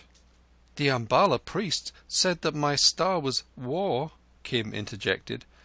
"I will ask these fools, but there is truly no need. I will run away this night, for all I wanted to see the new things." Kim put 2 or 3 questions in English to Father Victor, translating the replies to the Lama. Then, "He says, you take him from me, and you cannot say what you will make him. He says, tell me before I go, for it is not a small thing to make a child. You will be sent to a school. Later on we shall see. Kimball, I suppose you'd like to be a soldier." "Gorolog," white folk. "Noah, Noah." Kim shook his head violently. There was nothing in his composition to which drill and routine appealed. "I will not be a soldier." "You will be what you're told to be," said Bennett, "and you should be grateful that we're going to help you." Kim smiled compassionately. If these men lay under the delusion that he would do anything that he did not fancy, so much the better. Another long silence followed. Bennett fidgeted with impatience and suggested calling a sentry to evict the fakir. "Do they give or sell learning among the Sahibs? Ask them," said the Lama, and Kim interpreted. "They say that money is paid to the teacher, but that money the regiment will give. What need? It is only for a night." "And the more money is paid, the better learning is given?" The Lama disregarded Kim's plans for an early flight. "It is no wrong to pay for learning. To help the ignorant to wisdom is always a merit." The rosary clicked furiously as an abacus. Then he faced his oppressors. "Ask them for how much money do they give a wise and suitable teaching, and in what city is that teaching given?" "Well," said Father Victor in English, when Kim had translated, "that depends. The regiment would pay for you all the time you were at the military orphanage, or you might go on to the Punjab Masonic orphanages list. Not that he or you'd understand what that means, but the best schooling a boy can get in India is, of course, at St. Saviour's, in Partibus, at Lucknow." This took some time to interpret, for Bennett wished to cut it short. "He wants to know how much," said Kim placidly. 200 or 300 rupees a year." Father Victor was long past any sense of amazement. Bennett, impatient, did not understand. "He says, write that name and the money upon a paper and give it to him. And he says you must write your name below, because he is going to write a letter in some days to you. He says you are a good man. He says the other man is a fool. He is going away." The Lama rose suddenly. "I will follow my search," he cried, and was gone. "He'll run slap into the centuries," cried Father Victor, jumping up as the Lama stalked out. "But I can't leave the boy." Kim made swift motion to follow, but checked himself. There was no sound of challenge outside. The Lama had disappeared. Kim settled himself composedly on the chaplain's cot. At least the Lama had promised that he would stay with the Rajput woman from Kulu, and the rest was of the smallest importance. It pleased him that the 2 padres were so evidently excited. They talked long in undertones, Father Victor urging some scheme upon Mr. Bennett, who seemed incredulous. All this was very new and fascinating, but Kim felt sleepy. They called men into the tent. One of them certainly was the colonel, as his father had prophesied, and they asked him an infinity of questions, chiefly about the woman who had looked after him, all of which Kim answered truthfully. They did not seem to think the woman a good guardian. After all, this was the newest of his experiences. Sooner or later, if he chose, he could escape into great grey formless India, beyond tents and padres and colonels. Meanwhile, if the Sahibs were to be impressed, he would do his best to impress them. He too was a white man. After much talk that he could not comprehend, they handed him over to a sergeant who had strict instructions not to let him escape. The regiment would go on to Umballa, and Kim would be sent up, partly at the expense of the lodge, and in part by subscription, to a place called Sanawar. "It's miraculous past all whooping, Colonel," said Father Victor, when he had talked without a break for 10 minutes. "His Buddhist friend has levanted after taking my name and address. I can't make out whether he'll pay for the boy's education or whether he's preparing some sort of witchcraft on his own account." Then to Kim, "You'd live to be grateful to your friend the Red Bull yet. We'll make a man of you at Sanawar, even at the price of making you a Protestant." "Certainly, most certainly," said Bennett. "But you will not go to Sanawar," said Kim. "But we will go to Sanawar, little man. That's the order of the Commander-in-Chief, who's a trifle more important than O'Hara's son." "You will not go to Sanawar. You will go to the war." There was a shout of laughter from the full tent. "When you know your own regiment a trifle better, you won't confuse the line of march with line of battle, Kim. We hope to go to the war sometime." "Oh, I know all that." Kim drew his bow again at a venture. If they were not going to the war, at least they did not know what he knew of the talk on the veranda at Umballa. "I know you are not at the war now, but I tell you that as soon as you get to Umballa, you will be sent to the war, the new war. It is a war of 8,000 men, besides the guns." "That's explicit. Do you add prophecy to your other gifts? Take him along, Sergeant. Take up suit for him from the drums, and take care he doesn't slip through your fingers. Who says the age of miracles has gone by? I think I'll go to bed. My poor mind's weakening." At the far end of the camp, silent as a wild animal, an hour later sat Kim, newly washed all over in a horrible stuff suit that rasped his arms and legs. "A most amazing young bird," said the sergeant. "He turns up in charge of a yellow-headed buck Brahmin priest, with his father's lodge certificates round his neck, talking God knows what of all a Red Bull. The buck Brahmin evaporates without explanations, and the boy sits cross-legged on the chaplain's bed, prophesying bloody war to the men at large. India's a wild land for a God-fearing man. I'll just tie his leg to the tent pole in case he'll go through the roof. What do you say about the war?" 8,000 men, besides guns," said Kim. "Very soon you will see." "You're a consoling little imp. Lie down between the drums and go to bye-bye.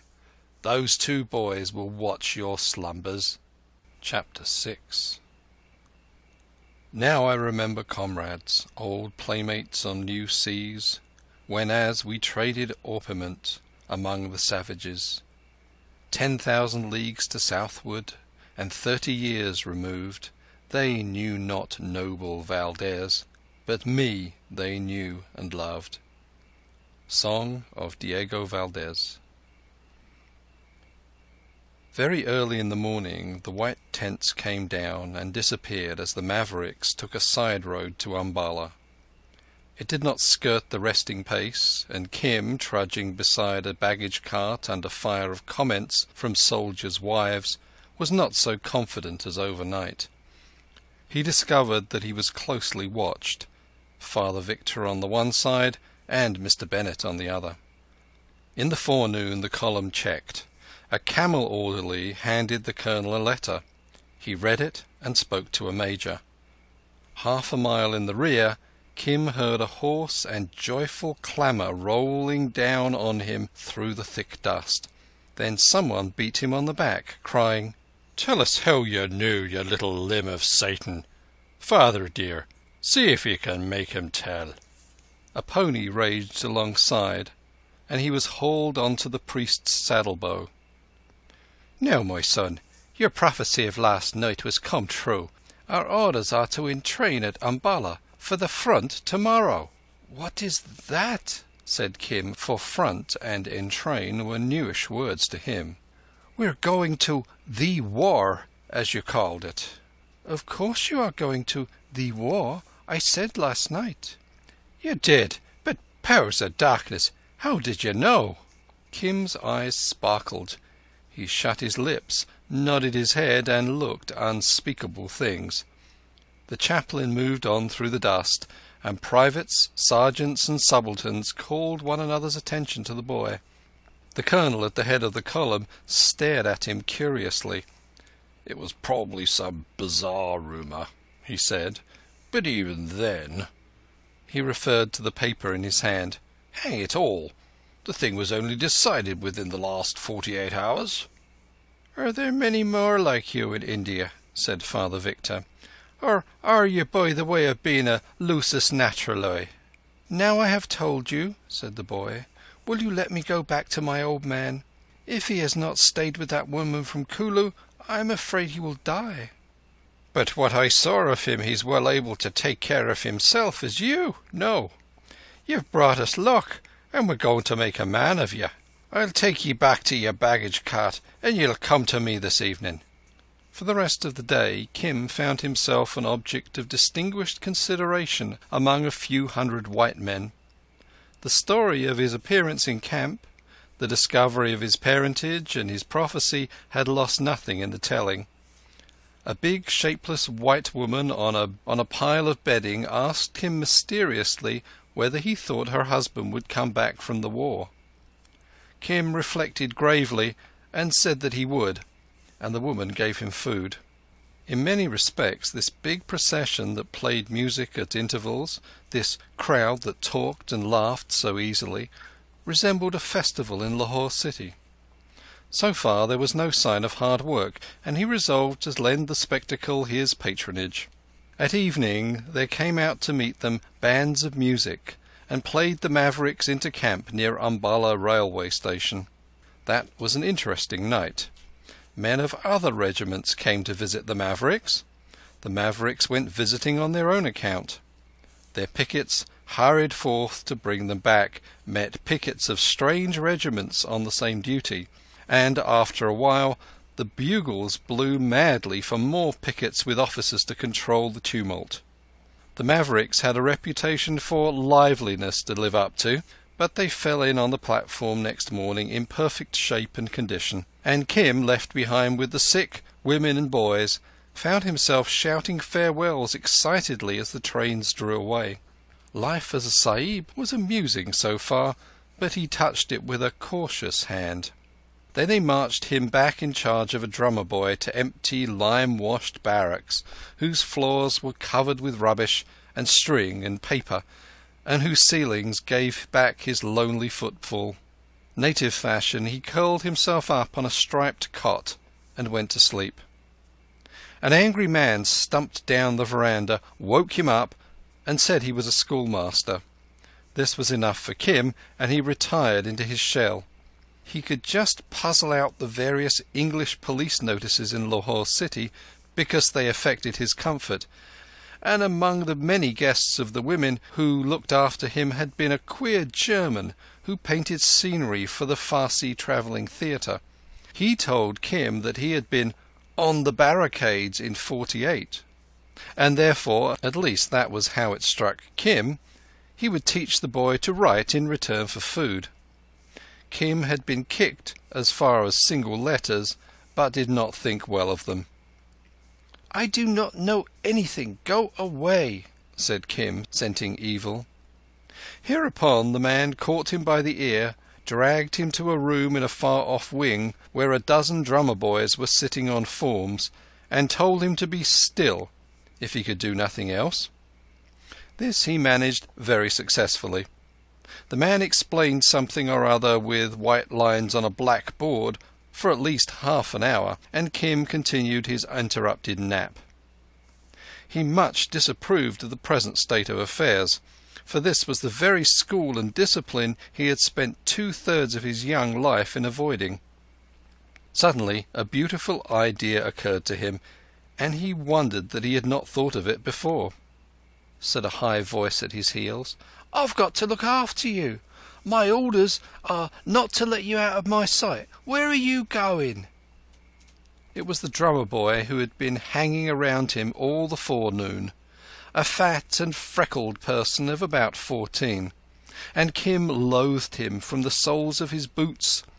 "To the bazaar, to get sweets for you," said Kim after a thought. Well, the bazaar's out of bounds, and if we go there we'll get a dressing down. You come back." "How near can we go?" Kim did not know what bounds meant, but he wished to be polite for the present. "How near? How far, you mean? We can go as far as that tree down the road." "Then I will go there." "All right. I ain't going. It's too hot. I can watch you from here. It's no good running away. If you did, they'd spot you by your clothes. That's regimental stuff you're wearing. There ain't a picket in Umballa wouldn't edge you back quicker than you started out."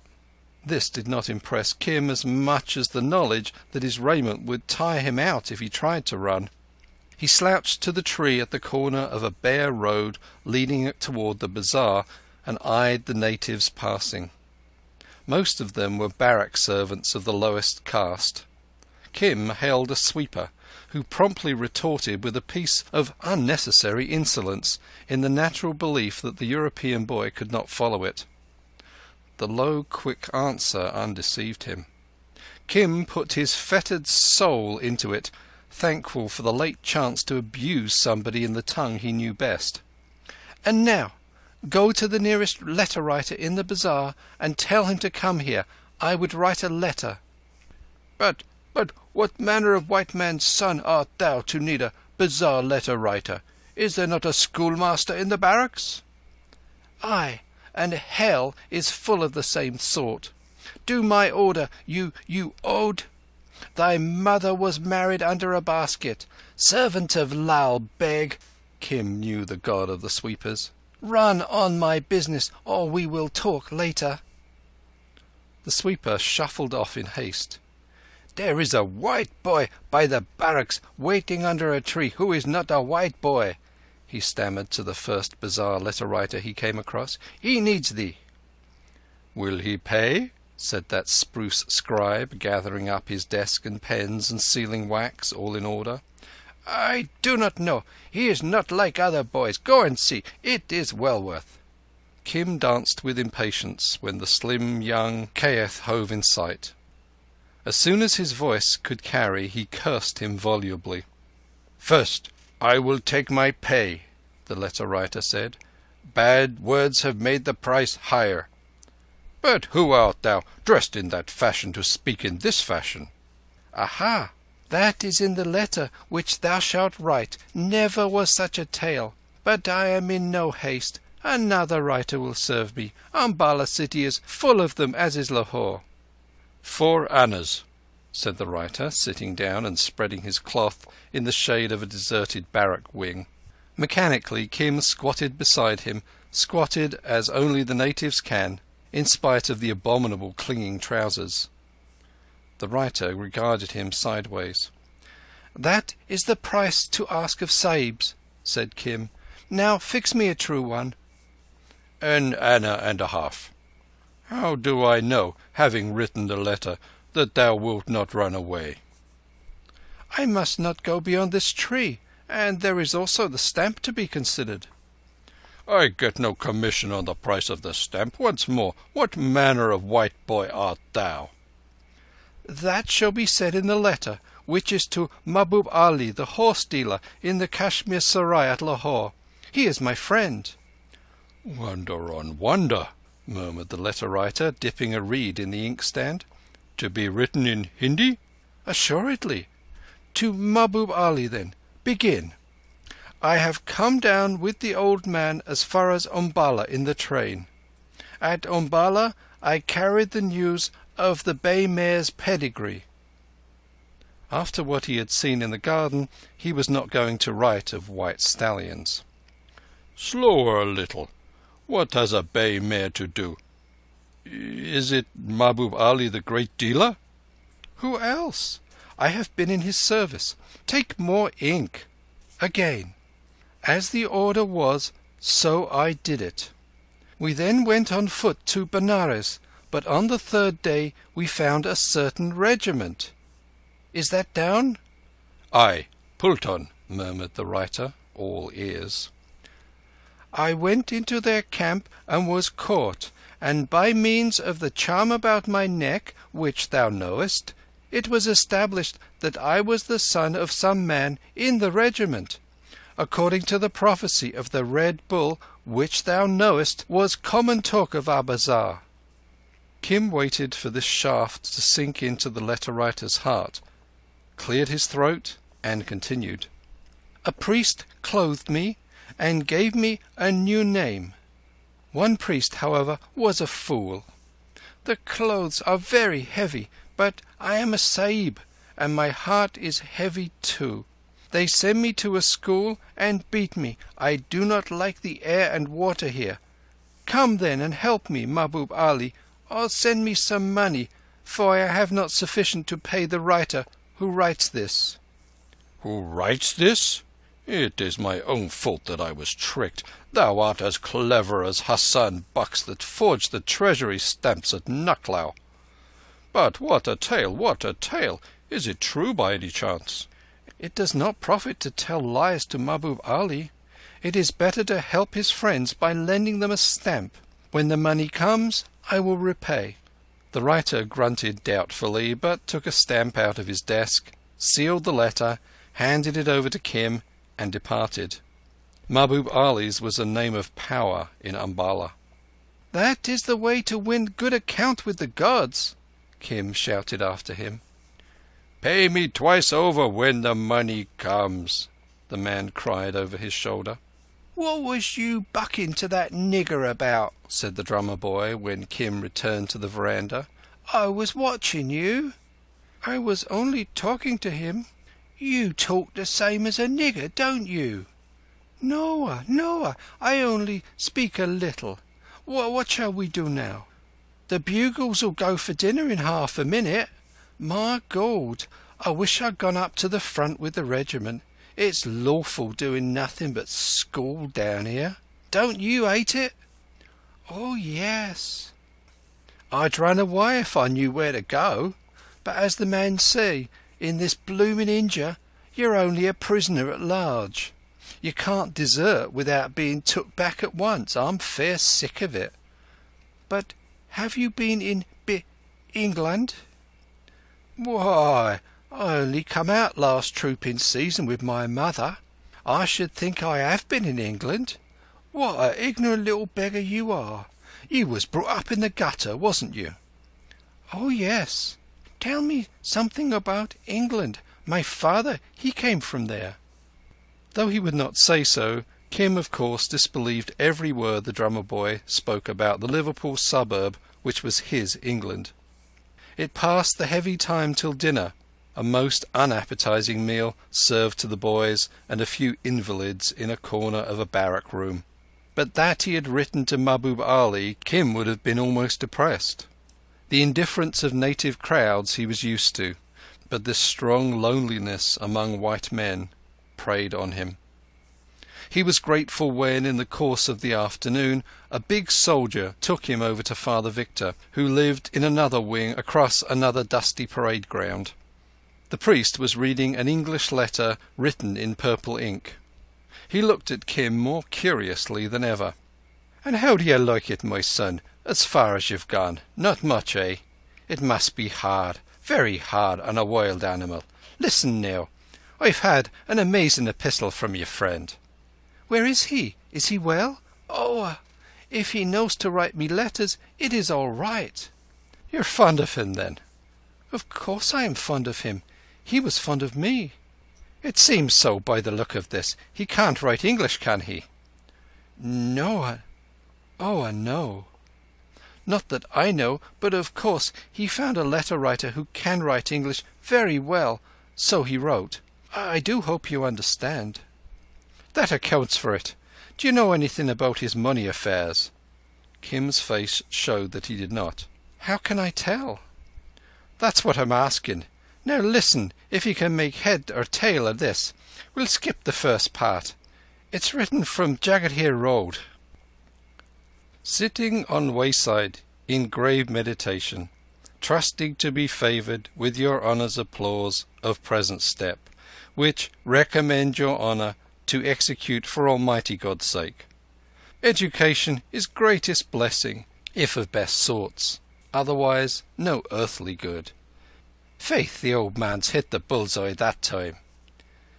If your honour, condescending, giving my boy best education, Xavier, I suppose that's Saint Xavier's in patibus, in terms of our conversation dated in your tent 15th instant, a business-like touch there, then Almighty God blessing your honour's succeedings to 3rd and 4th generations, and, listen now, confide in your honour's humble servant for adequate remuneration per hundi per annum 300 rupees a year to one expensive education St. Xavier, Lucknow, and allow small time to forward same per hundi sent to any part of India as your honour shall address yourself.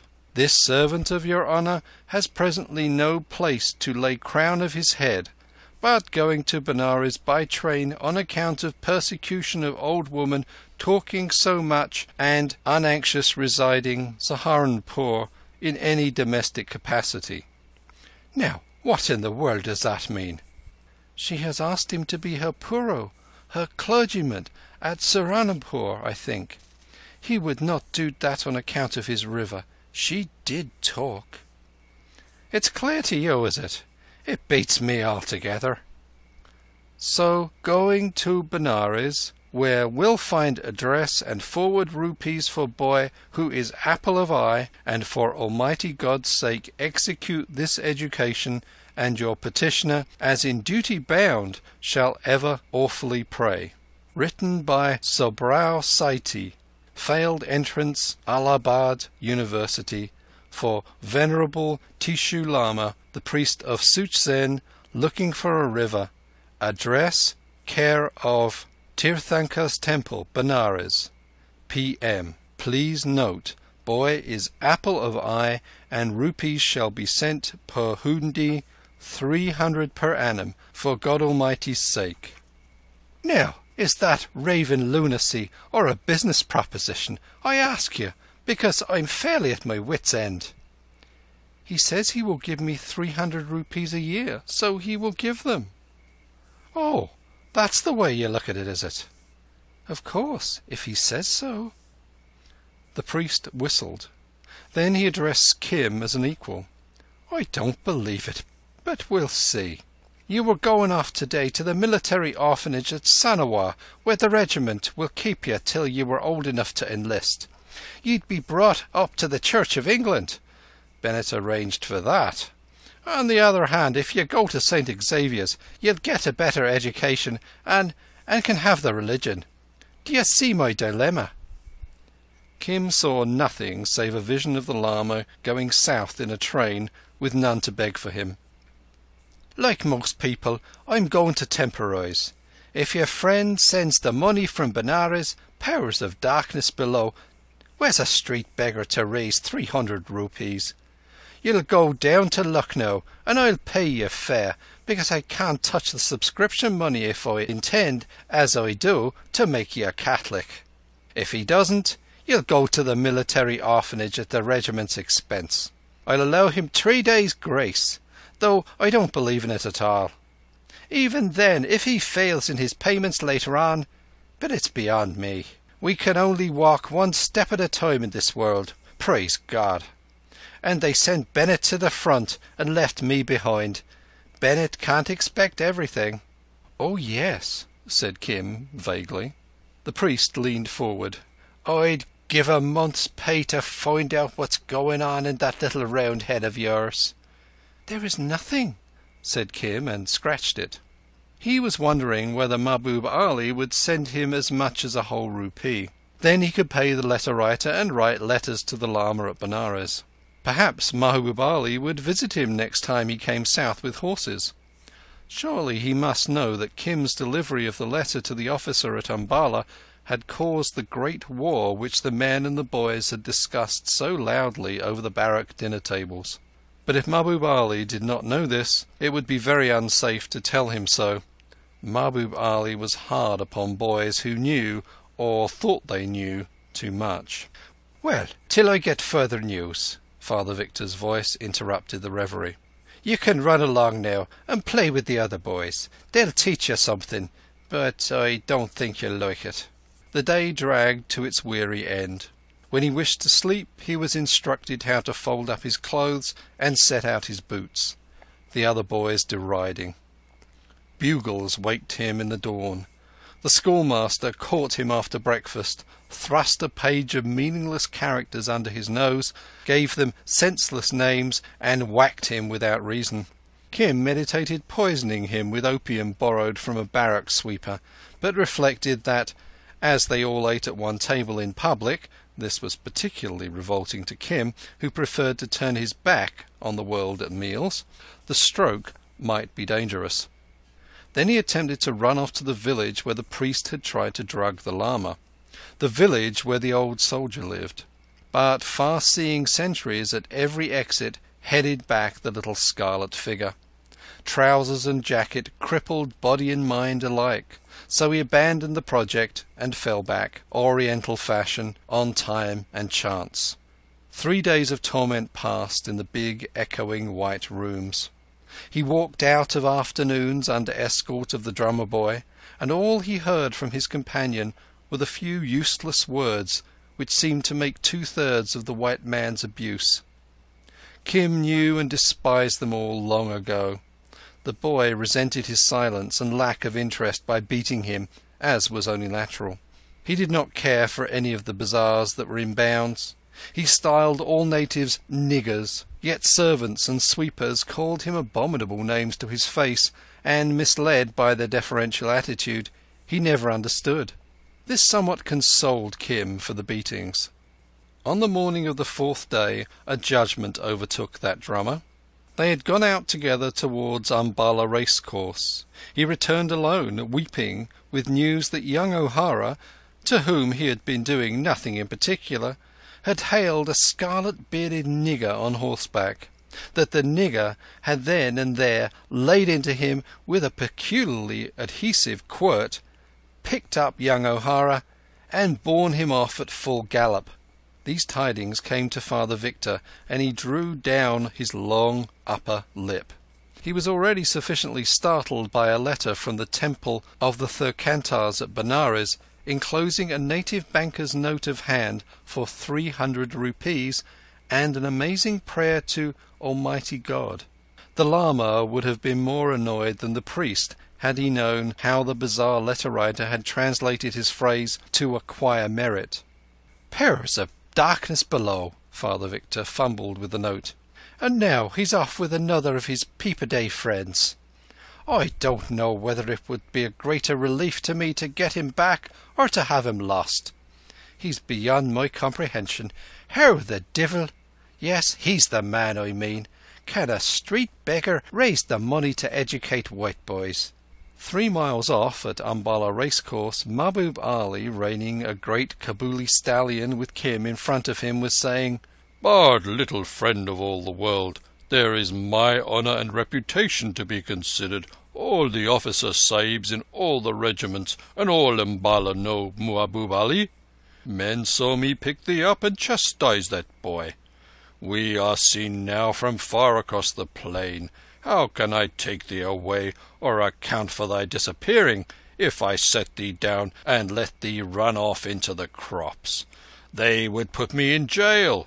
Be patient. Once a sahib, always a sahib. When thou art a man, who knows, thou wilt be grateful to Mahbub Ali." "Take me beyond their sentries, where I can change this red. Give me money, and I will go to Benares and be with my Lama again. I do not want to be a Sahib. And remember, I did deliver that message." The stallion bounded wildly.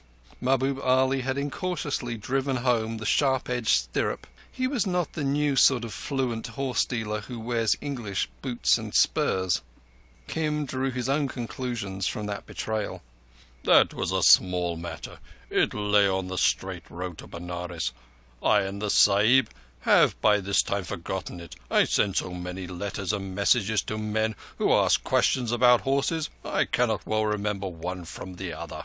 Was it some matter of a bay mare that Peters Sahib wished the pedigree of?" Kim saw the trap at once.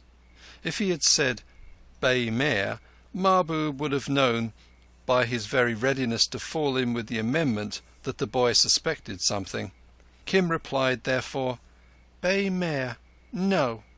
I do not forget my messages thus. It was a white stallion."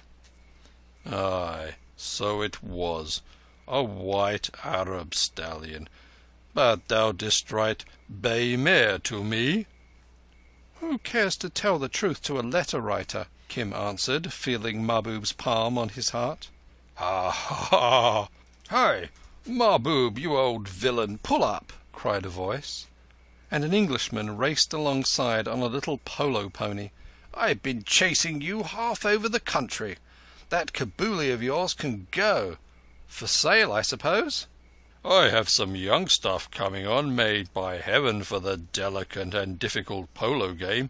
He has no equal. He—" "Plays polo and waits at table, yes. We know all that. What the deuce have you got there?" "A boy," said Mahbub gravely. "He was being beaten by another boy. His father was once a white soldier in the big war. The boy was a child in Lahore city. He played with my horses when he was a babe. Now I think they will make him a soldier. He has been newly caught by his father's regiment that went up to the war last week. But I do not think he wants to be a soldier. I take him for a ride. Tell me where thy barracks are, and I will set thee there." "Let me go. I can find the barracks alone." "And if thou runnest away, who will say it is not my fault?" "He'll run back to his dinner." "Where has he to run to?" the Englishman asked. "He was born in the land. He has friends. He goes where he chooses. He is Chabuk Sawai, a sharp chap. It needs only to change his clothing, and in a twinkling he would be a low-caste Hindu boy." "The deuce he would!" The Englishman looked critically at the boy as Mahbub headed toward the barracks. Kim ground his teeth. Mahbub was mocking him, as faithless Afghans will, for he went on, "They will send him to a school and put heavy boots on his feet and swaddle him in these clothes. Then he will forget all he knows. Now, which of the barracks is thine?" Kim pointed—he could not speak—to Father Victor's wing, all staring white nearby.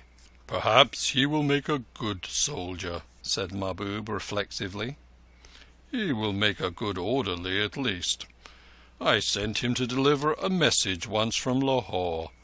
A message concerning the pedigree of a white stallion." Here was deadly insult on deadlier injury, and the Sahib to whom he had so craftily given that war-waking letter heard it all. Kim beheld Mahbub Ali frying in flame for his treachery, but for himself he saw one long grey vista of barracks, schools, and barracks again. He gazed imploringly at the clear-cut face, in which there was no glimmer of recognition.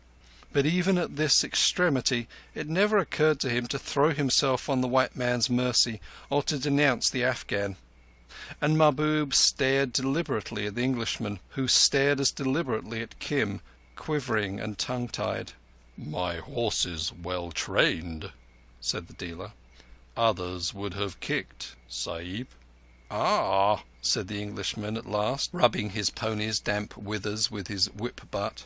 "Who makes the boy a soldier?" "He says the regiment that found him, and especially the Padre Sahib of the regiment." "There is the Padre."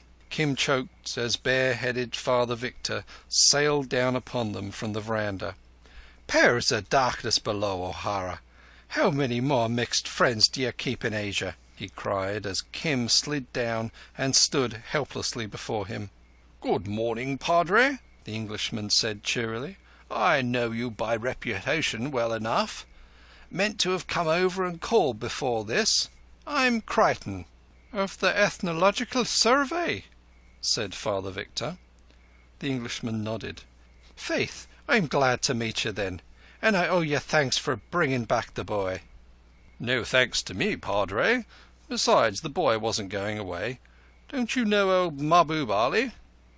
The horse-dealer sat impassive in the sunlight. "You will when you've been in the station a month. He sells us all our crocks. That boy is rather a curiosity. Can you tell me anything about him?" "Can I tell you?" puffed Father Victor. "You'll be the one man that could help me in my quandaries. Tell you? Powers of darkness! I'm bursting to tell someone who knows something of the native." A groom came round the corner. Colonel Creighton raised his voice, speaking in Urdu. "Very good, Mahbub Ali. But what is the use of telling me all these stories about the pony? Not one pi more than 350 rupees will I give." "The Sahib is a little hot and angry after riding," the horse-dealer returned with a leer of a privileged jester. "Presently he will see my horse's points more clearly. I will wait till he has finished his talk with the Padre. I will wait under that tree." "Confound you!" The Colonel laughed. "That comes of looking at one of Mahbub's horses. He's a regular old leech, Padre. Wait, then, if thou hast so much time to spare, Mahbub. Now, I'm at your service, Padre. Where is the boy? He's gone off to collogue with Mahbub. Queer sort of boy. Might I ask you to send my mare over under cover?" He dropped into a chair which commanded a clear view of Kim and Mahbub Ali in conference beneath the tree. The Padre went indoors for cheroots. Creighton heard Kim say bitterly, "Trust a Brahmin before a snake, and a snake before a harlot, and a harlot before a Pathan, Mahbub Ali." "That is all one." The great red beard wagged solemnly. "Children should not see a carpet on the loom till the pattern is made plain. Believe me, friend of all the world, I do thee great service. They will not make a soldier of thee." "You crafty old sinner," thought Creighton. "But you're not far wrong. That boy mustn't be wasted if he is as advertised." "Excuse me half a minute," cried the Padre from within, "but I'm getting the documents in the case." "If through me the favour of this bold and wise Colonel Sahib comes to thee, and thou art raised in honour, what thanks wilt thou give Mahbub Ali when thou art a man?" "Nay, nay, I beg thee to let me take the road again, where I should have been safe, and thou hast sold me back to the English. What will they give thee for blood money?" "A cheerful young demon." The Colonel bit his cigar and turned politely to Father Victor. "What are the letters that the fat priest is waving before the Colonel? Stand behind the stallion as though looking at my bridle," said Mahbub Ali. "A letter from my Lama, which he wrote from Jahangir Road, saying that he will pay 300 rupees by the year for my schooling." "Oh, is that old red hat of that sort? At which school?" "God knows. I think in Nucklao." "Yes, there is a big school there for the sons of Sahibs and half-Sahibs. I've seen it when I sell horses there. So the Lama also loved the friend of all the world." "Aye, and he did not tell lies or return me to captivity." "Small wonder the Padre does not know how to unravel the thread. How fast he talks to the Colonel Sahib." Mahbub Ali chuckled. "By Allah!" The keen eyes swept the veranda for an instant. "Thy Lama has sent what to me looks like a note of hand. I have had some few dealings in Hundis. The Colonel Sahib is looking at it." "What good is all this to me?" said Kim wearily. "Thou wilt go away, and they will return me to those empty rooms where there is no good place to sleep, and where the boys beat me." "I do not think that. Have patience, child. All Pathans are not faithless, except in horseflesh." 5, 10, 15 minutes passed. Father Victor talking energetically or asking questions, which the Colonel answered. "Now, I've told you everything that I know about the boy from beginning to end, and it's a blessed relief to me. Did you ever hear the like?" "At any rate, the old man has sent the money. Gobind Sahai's notes of hand are good from here to China," said the Colonel. The more one knows about natives, the less one can say what they will or won't do." "That's consoling from the head of the Ethnological Survey. It's this mixture of Red Bulls and rivers of healing, poor heathen, God help him, and notes of hand and Masonic certificates. Are you a Mason by any chance?" "By Jove, I am, now I come to think of it. That's an additional reason," said the Colonel absently. "I'm glad you see a reason in it.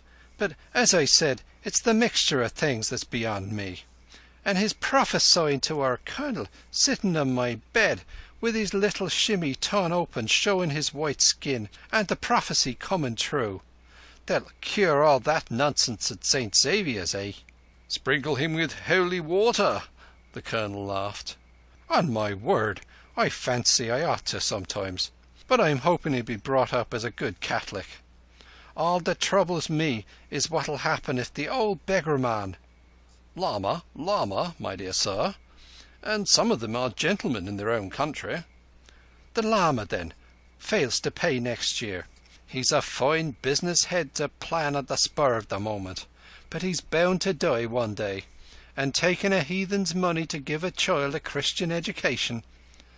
"But he said explicitly what he wanted. As soon as he knew the boy was white, he seems to have made his arrangements accordingly. I'd give a month's pay to hear how he explained it all at the Tirthankar's temple at Benares. Look here, Padre, I don't pretend to know much about natives, but if he says he'll pay, he'll pay, dead or alive. I mean, his heirs will assume the debt. My advice to you is, send the boy down to Lucknow. If your Anglican chaplain thinks you've stolen a march on him, bad luck to Bennett. He was sent to the front instead of me. Doherty certified me medical unfit. I'll excommunicate Doherty if he comes back alive. Surely Bennett ought to be content with—" "Glory, leaving you the religion. Quite so.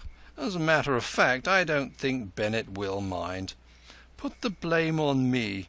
I strongly recommended sending the boy to St. Xavier's. He can go down on a pass as a soldier's orphan, so the railway fare will be saved. You can buy him an outfit from the regimental subscription. The lodge will be saved the expense of his education, and that will put the lodge in a good temper. It's perfectly easy. I've got to go down to Lucknow next week. I'll look after the boy on the way, give him in charge of my servants, and so on." "You're a good man." "Not in the least. Don't make that mistake. The Lama has sent us money for a definite end. We can't very well return it. We shall have to do what he says. Well, that's settled, isn't it? Shall we say that Tuesday next you'll hand him over to me at the night train south? It's only 3 days. He can't do much harm in 3 days." "It's a weight off my mind. But this thing here," he waved the note of hand. "I don't know Gobind Sahai or his bank, which may be a hole in the wall." "You've never been a subaltern in debt. I'll cash it if you like, and send you the vouchers in proper order." "But with all your own work too, it's asking." "It's not the least trouble indeed. You see, as an ethnologist, the thing's very interesting to me.